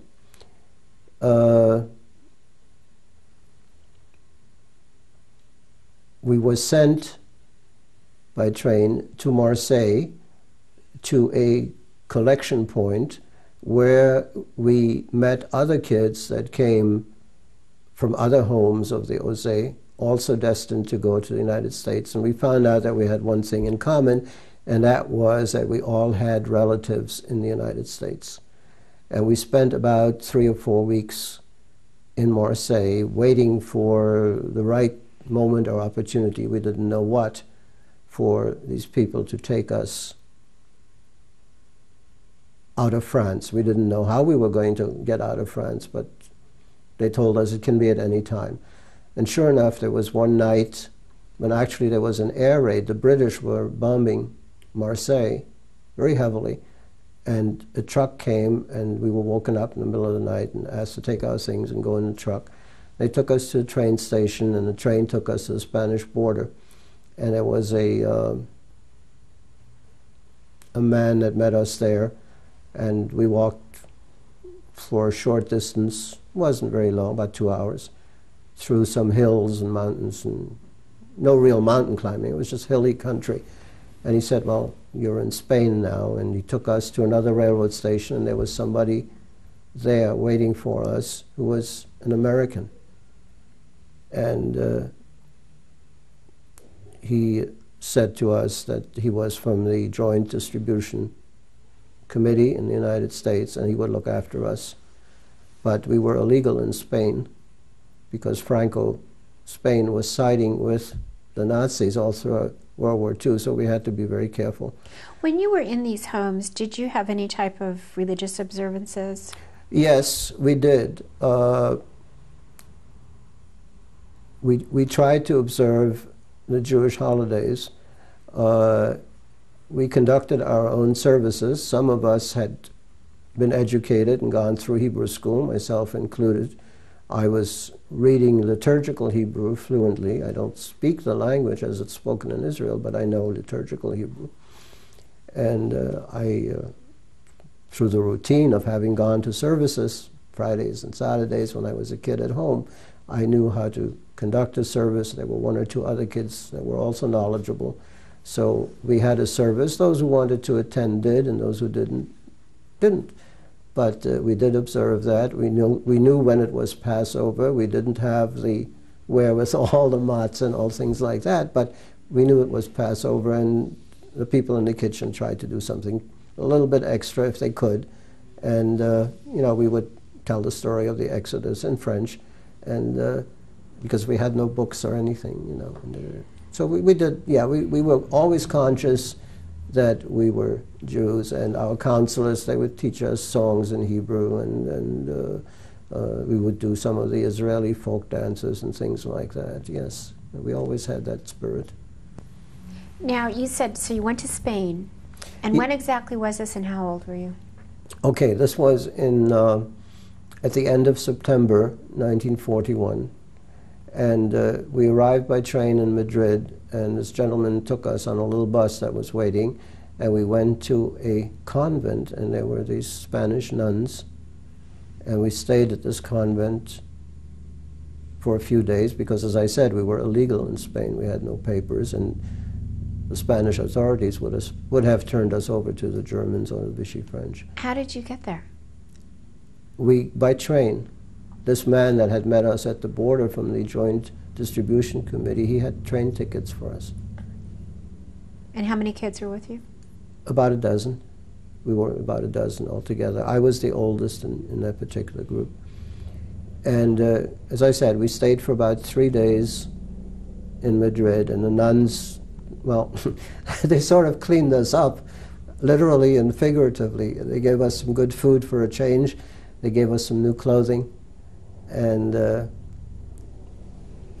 they got rid of the fleas and the other little creatures and things, and you know, that we had acquired in Marseille, and because conditions there weren't all that great. But anyway, we got out of there, and we were sort of like new human beings. And then the man had train tickets to the Spanish border for us. And at the Spanish border, we were met by an American couple, man and his wife, who worked for the Joint Distribution Committee, and they were supposed to be our escorts to the United States. And we got onto a train that took us from the Spanish border to Lisbon, and we went to a little college outside of Lisbon, boarding school. And we waited there about 3 weeks because apparently it was very difficult to get space on board a ship. Only the neutral ships could cross the Atlantic with civilians on board, and there weren't many neutral countries. There was Switzerland, but they had no navy. They had no ships, and had left Portugal or Sweden, and we were too far away from Sweden, so the Portuguese ships were all booked in advance for months and months and months.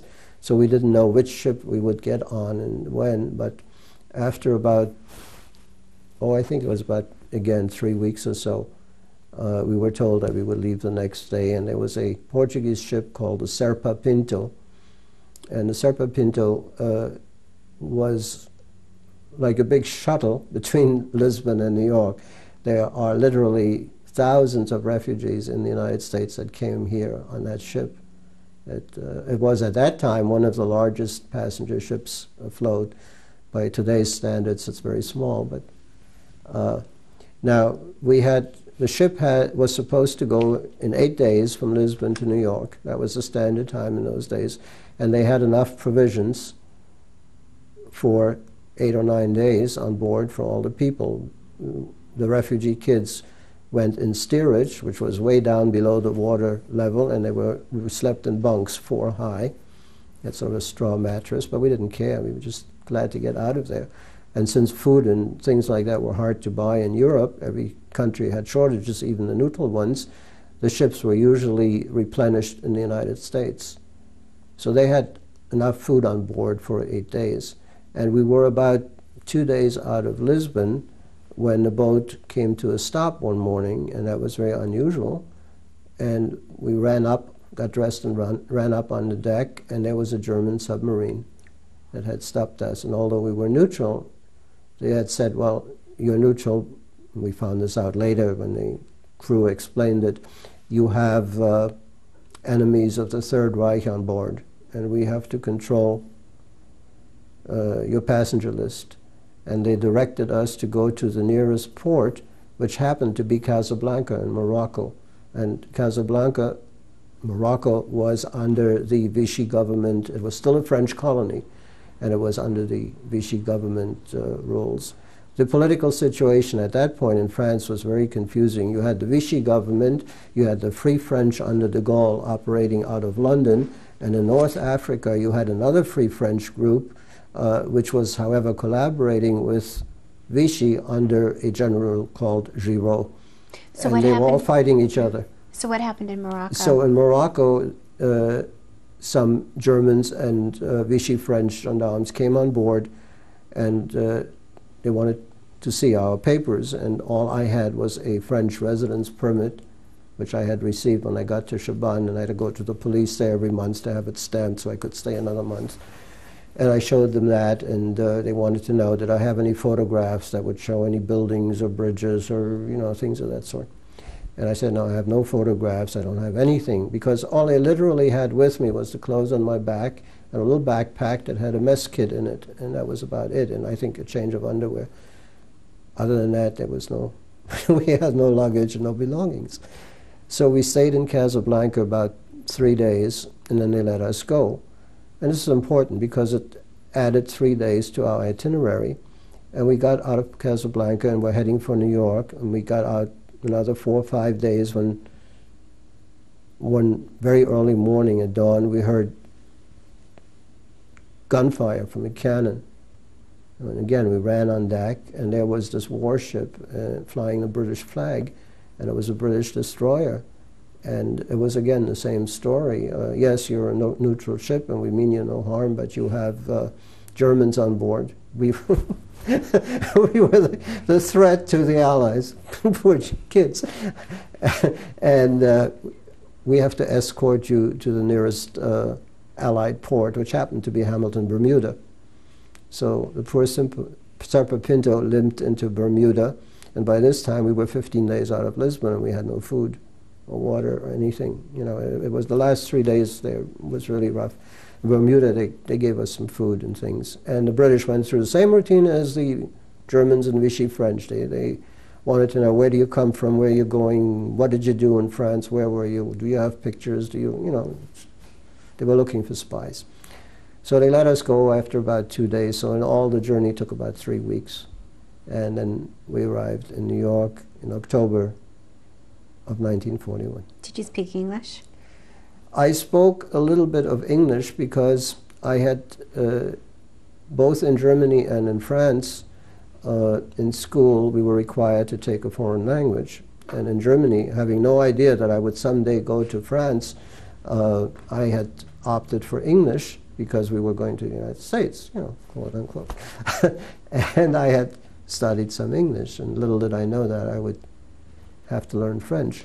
So what happened in New York? So in New York, when apparently the story of this voyage, which was the last trip that the ship made before the U.S. entered into the war, the story of this little odyssey had made the news papers or the news media in New York, and we were met outside of New York Harbor by a I guess it was a Coast Guard cutter or something full of news people, and they had film cameras in those days. They had the Movietone News or whatever they called that. That was a newsreel. And there were some reporters that came on board, and they rounded up this bunch of kids who had been ignored throughout the voyage by all the other passengers. And all of a sudden, we were the very important people that the press came to meet. And they rounded us up, and they took pictures of us, and they wanted to know if somebody spoke English. And I said, well, very little. And they said, okay. And I was the oldest, so they started to say, well, you know, are you okay? Yes. Okay. Are you happy to be here? Yes. I just repeated the question with a positive. And some of the questions I didn't understand, and others, you know, and they said, well, was it very bad in Europe? Yes, it was very bad. And did you see the war? Yes, we saw the war. And where are your parents? And, you know, questions like that. And it wasn't a newsreel. Did any of your family meet you there? Or who met you there? Where did you go? The ship docked in Staten Island, New York, and I had an uncle who had emigrated from Germany earlier, my mother's brother, this is my mother's family now, who lived in the Bronx, and he and his wife met us at the ship, and we went to live with them in the Bronx. And my uncle, who lived there, besides his wife, there was his little daughter, and there was also my grandmother and my grandfather that lived with them. So he already supported a large family.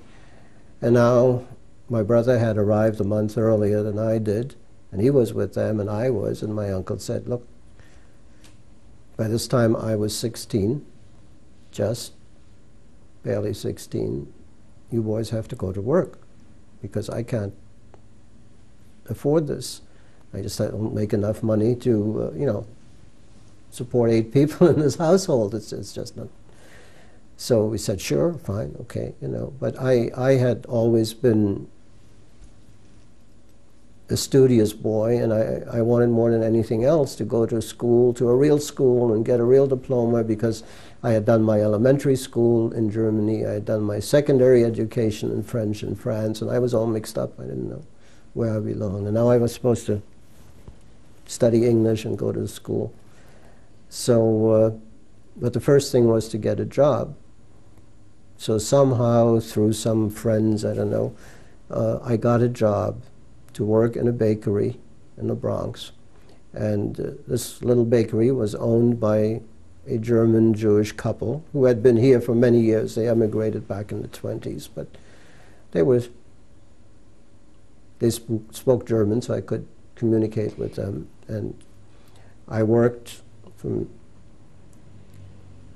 7:30 in the morning until 6 o'clock in the afternoon, 6 days a week for $8 a week. That was the prevailing wage at the time. Now, where were you? What happened to your parents? And at that time, your brother? This is 1941 now, and I had been working about a month when Pearl Harbor Day arrived, and the United States was at war with Japan. And now, of course, there was absolutely no hope of getting any news whatsoever from my parents. My grandparents, who had been in New York, in the Bronx, and my uncle and aunt had had some news from my parents. They had received some letters. And while life was very tough for them, they had survived. But all communication stopped again on December 7th, 1941. So you went to school. So I went to work. I went to work, as I said, during the day. And after work, I went to high school at night because I didn't know enough English to get into college. And I did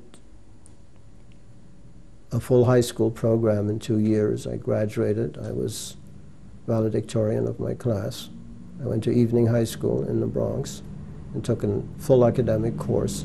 The only advantage I had was that I didn't have to take courses in languages because I spoke fluent German and fluent French, so I passed what they called the Regents in those days, which were statewide exams, and without any trouble. So that gave me a little leg up, but all the other subjects I had to start from scratch. I'm going to stop right here, and we're going to be going to the next tape, doing some closing questions and that. Thank you.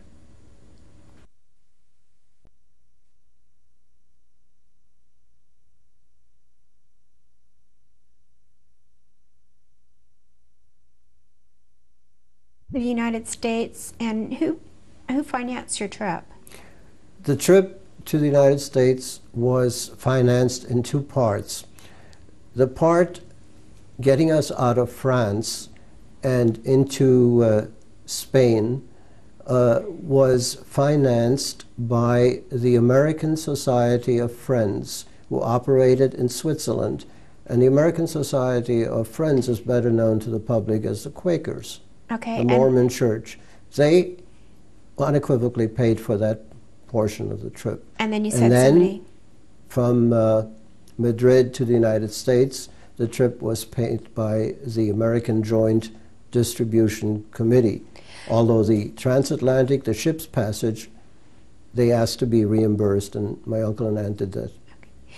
Tell me about how you found your parents, or what happened there. Okay. I did not find my parents. My brother found my parents. My brother was a paratrooper in the Army and stationed in the Pacific.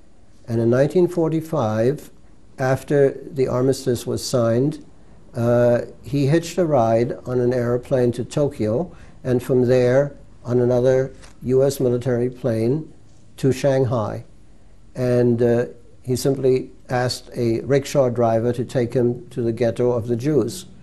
And he was in full American uniform, and the rickshaw person took him to this ghetto, and he stopped a person on the street, and he said to this person in German, I am looking for the Sinneson family. Can you tell me where they are, where they live? And these Jews were so intimidated by uniforms and authorities, and they had never seen an American uniform. And he was there. My brother was very tall, 6 feet and some, in his paratrooper boots with his white scarf and all that, very much military looking. And this person says, no, I don't even know who they are. So my brother said, thank you, and he went on. And this person, in the meantime, ran back to where my parents lived, because all the Jews knew each other, and said, there is some kind of policeman looking for you, hide. I don't know who it is, I've never seen a uniform like this, I have no idea where this is. So my brother stopped another person in the street and said, can you tell me where the Sinneson family lives? And this person said, no, I don't know. And again, this person waited until my brother was outside and ran to warn my parents. My brother stopped a third person, which was a young man, and he asked him the same question in German. He said, do you know where the Sinneson family lives? And this young man said, no. And my brother looked at him and he said, but I know you. And this man said, no, no, no, you don't know me. He said, yes, I know you. Your name is so-and-so, and you are my cousin. And this man just didn't know what to say, and so my brother identified himself. And he says, I'm looking for my parents. So of course my cousin, who knew very well where my parents lived, took him there, and this is how we found my parents. And they lived in this ghetto, and they worked in this munitions factory for a while, and then my mother had started a little business and did some sewing for the Japanese, and they eked out a living barely. Was there anything that you took with you from Europe? That I took with me? Anything that you happen to have? No. When I came to the United States, I had nothing. I only had the clothes on my back, and as I said, I had a little backpack that had a mess kit in it and a change of underwear. I had no papers, I had no pictures, I had What about anything that you have today? That I have today? Yes, I have things today that belong to that period. My parents, although they had to leave Berlin in a great hurry, managed to pack a few things in a few suitcases. And I don't know if you can see the menorah that's behind me on the shelf. That menorah was a wedding present to my parents from my grandmother, and for some reason my parents took that along to Shanghai. It broke in all the travels, and they brought it back to the United States, and that's how I have it. Okay, what about what happened? You said you had a lot of aunts and uncles. What happened to them?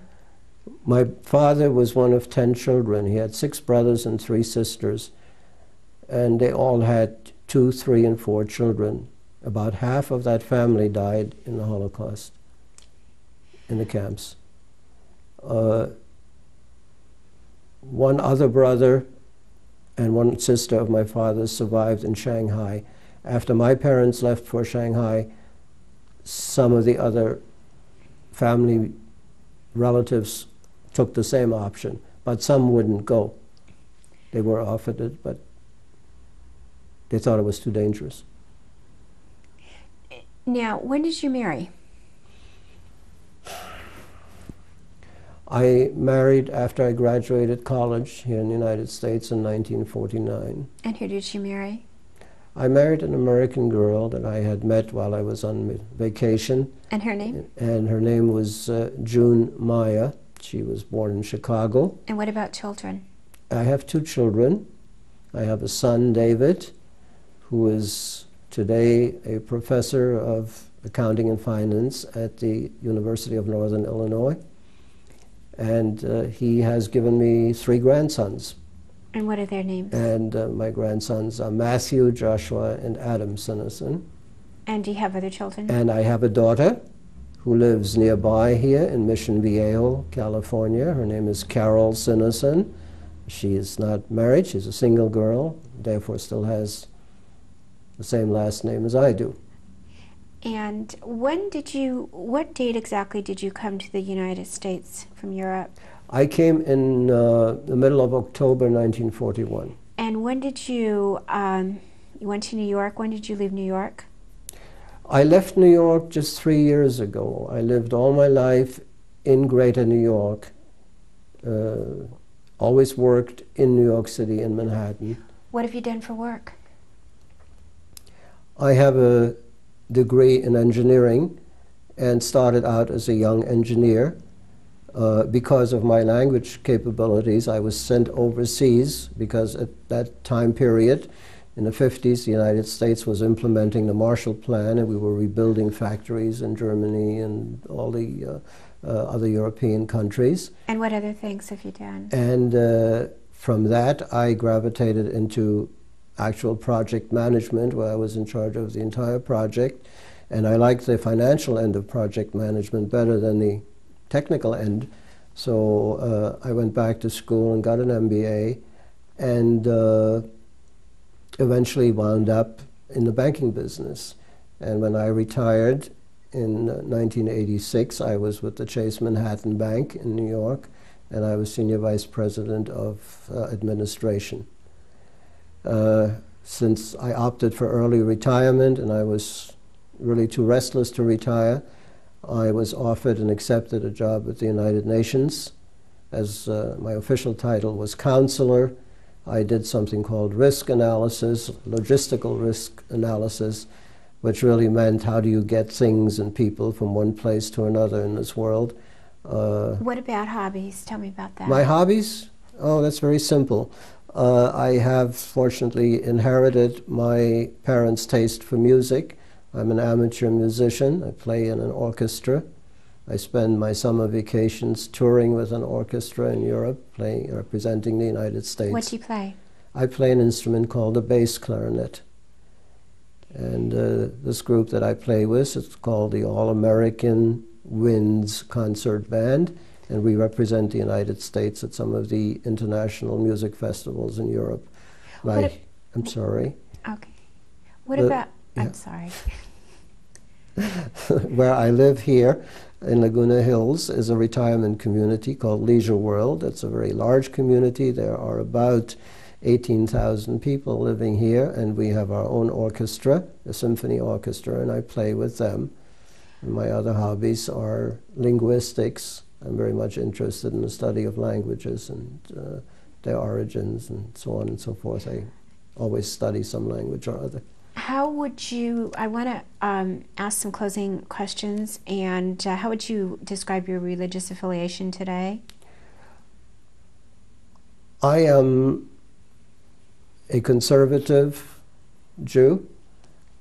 I remember my upbringing and my teachings. I observe the holidays. I observe the Sabbath.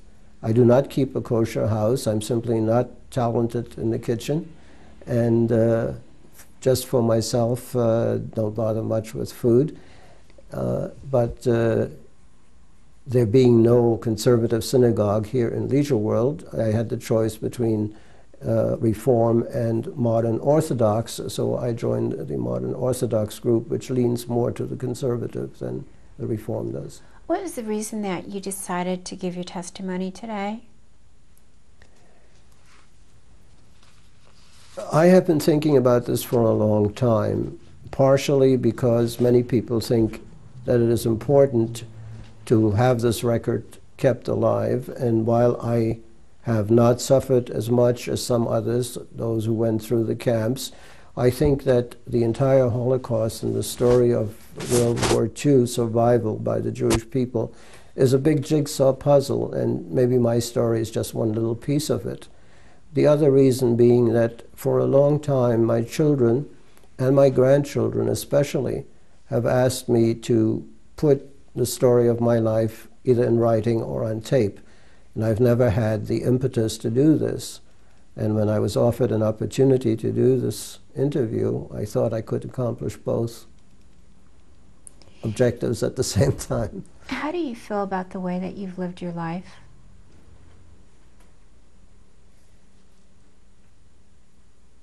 That's a very difficult question to answer in a very short period of time. I've always tried to do the right thing. I have never purposely hurt anyone or have done anything unethical, either in my business dealings or my personal dealings. I've had my ups and downs like everyone else, but I have no criminal record. I have nothing to reproach myself. I can look myself in the face in the morning when I look in the mirror, and I think that about sums it up. How has your experience in Europe affected you, yourself, and maybe the way you raised your children? Myself, I think it had a very profound effect. First of all, the fact that I have a European background gives me a different outlook on life. I value certain things in life more than others. My children have never been very much interested in the details of my story. My grandchildren have, and I think that's because nowadays the Holocaust is taught in school. It is taught to them, to my grandchildren in school. In my children's day, when they went to school in the 60s, it was not part of the curriculum. So I think my grandchildren know more about the Holocaust than my children actually do. I think my European background has given me different interests and certainly has helped me career-wise. Do you think about the Holocaust much, or do you ever dream about it? Not much. I do not go around carrying it as a backpack. By that meaning that, like some other people that I know who constantly talk about it, who constantly feel sorry for themselves, who bemoan the fact that if only it could have been, I could have been. I never think in those terms. What happened, happened. I had no control over it. My parents had no control over it. There's no sense in retrospective bemoaning it. I do not forget it, not for 1 minute, and I will not let anyone else forget it, but I don't feel sorry for myself. And I don't think it has affected my children to any extent, because I've never let it make a difference in my life.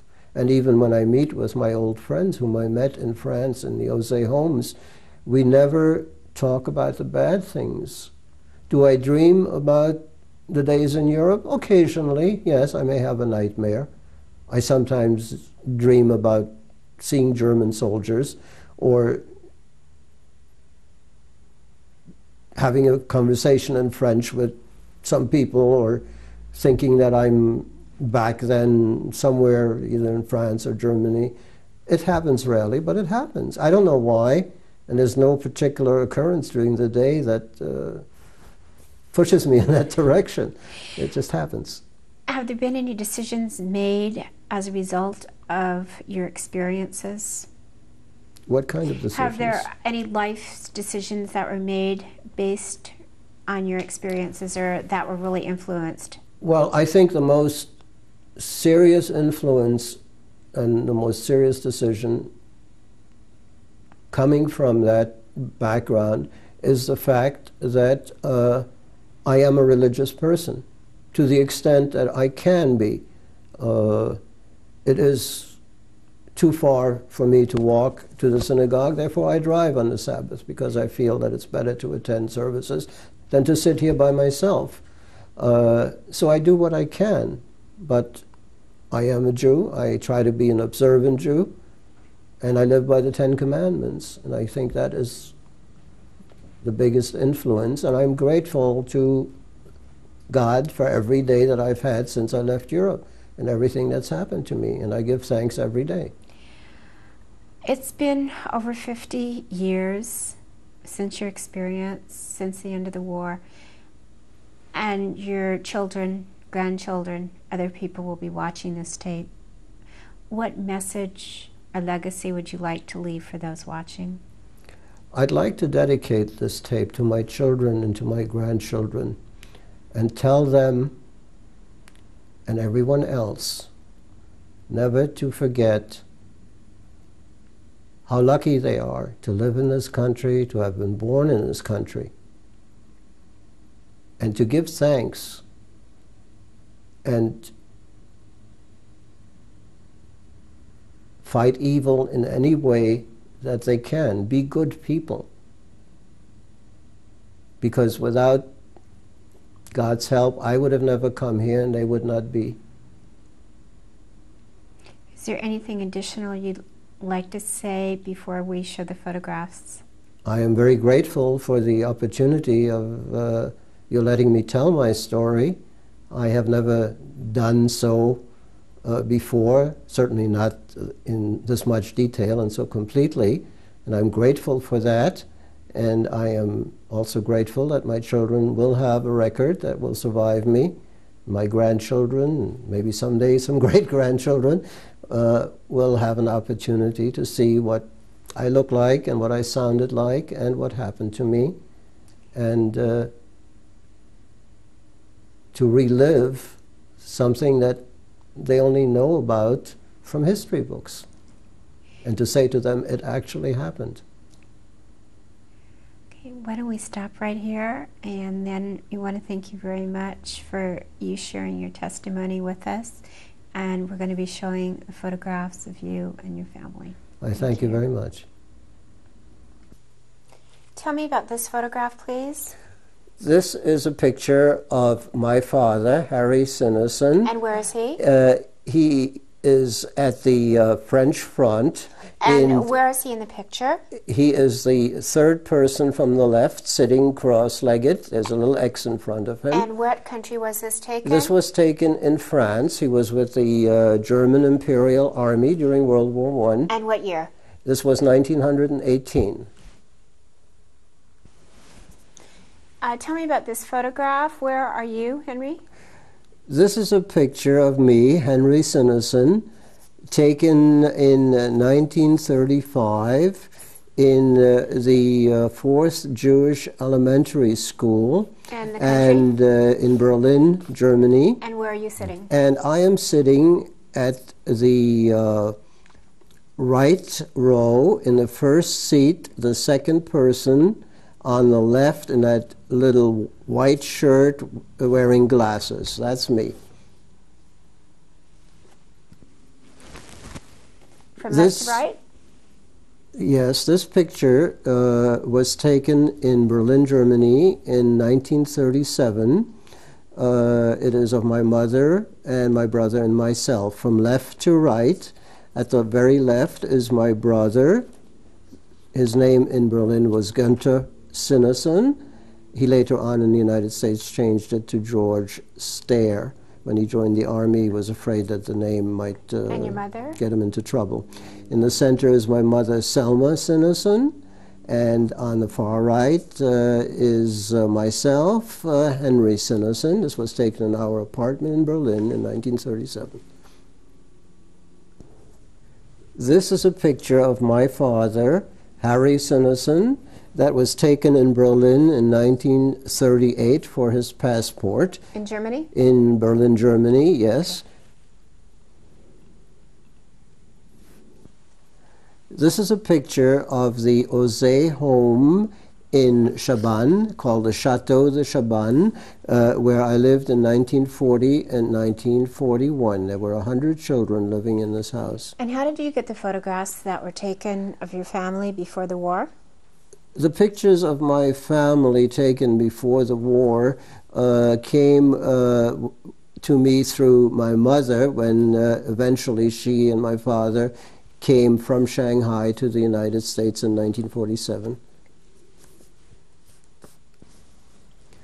This is a photograph taken in France in 1940. It shows a group of students working in the leatherworking workshop run in cooperation by Ort and the Ozay. I am Henry Sinneson, the person all the way on the right, top row. And this was taken in France? This was Yeah, taken where? it says, I'm sorry, this was taken at the Chateau de Chabannes in France in 1940. This is a partial view of my travel pass, Henry Sinneson, still using my silent first name of Heinz, issued by the American Friends Service Committee, which let me travel from Chabannes, France, to Marseille, France, in September of 1941. This is a photograph that appeared in a commemorative booklet issued by the Ozay. It shows me, Henry Sinneson. And where are you? I am in the center of the picture talking to the gentleman in the suit. The gentleman is Mr. Katsky of the American Joint Distribution Committee. The picture was taken at the collection point, the hotel we lived in Marseille, France, in the middle of September 1941, just before we left for Spain. This is a picture taken in Shanghai, China. It shows on the left my brother George Sinneson Stare, S-T-A-R-E, and my mother, Selmer Sinneson. This was when my brother went to Shanghai to find my parents. And what year was it taken? This was 1945. This is a picture taken in Shanghai, China, in the year 1944 of my parents. On the left, my mother, Selma Sinneson. On the right, my father, Harry Sinneson. This is a picture taken in 1981 in New York City. When I was working for Chase Manhattan Bank, I was vice president in charge of administration, and I was hosting a reception for some of the bank's suppliers of checks. I am the second person from the left, Henry Sinneson. And when was this taken? This was taken in 1981. This picture was taken in 1988 at the Chateau de Chabannes, the former Ozay home, and all the people in this picture are my former comrades who were at the Ozay home in Chabannes with me in 1940. And where are you? I am the fourth person in the middle row, a baldish-looking gentleman wearing glasses next to the lady with the white blouse. And what year I'm was this Henry taken? Sinneson. It was taken in 1988. This is a picture of my son and his family. On the left is my son, David Sinneson, with his wife, Karen Sinneson. On the right are my three grandsons. The one on the left is Joshua, the middle one. The one behind him is Matthew, the oldest, and the little one in front is Adam. This picture was taken in 1990 when Adam was about 2 years old. Joshua was about 6, and Matthew 10. What country? This was taken in the United States. City. In Tallahassee, Florida. This is a picture of my daughter, Carol Sinison. It was taken in the year 1985 in Houston, Texas. This is a photograph showing 4 generations of my family. On the left is my mother, Selma Sinison. The little boy is my oldest grandson, Matthew. I am holding him in the middle. I'm Henry Sinison, and to the right is my son, David. This picture His last name is David Sinison. This picture was taken in 1981 in Tallahassee, Florida. This is a picture of myself, Henry Sinison, taken in 1975 in Ridgewood, New Jersey. I'm holding my musical instrument, a bass clarinet, and it was taken after a concert where I performed with the local symphony orchestra.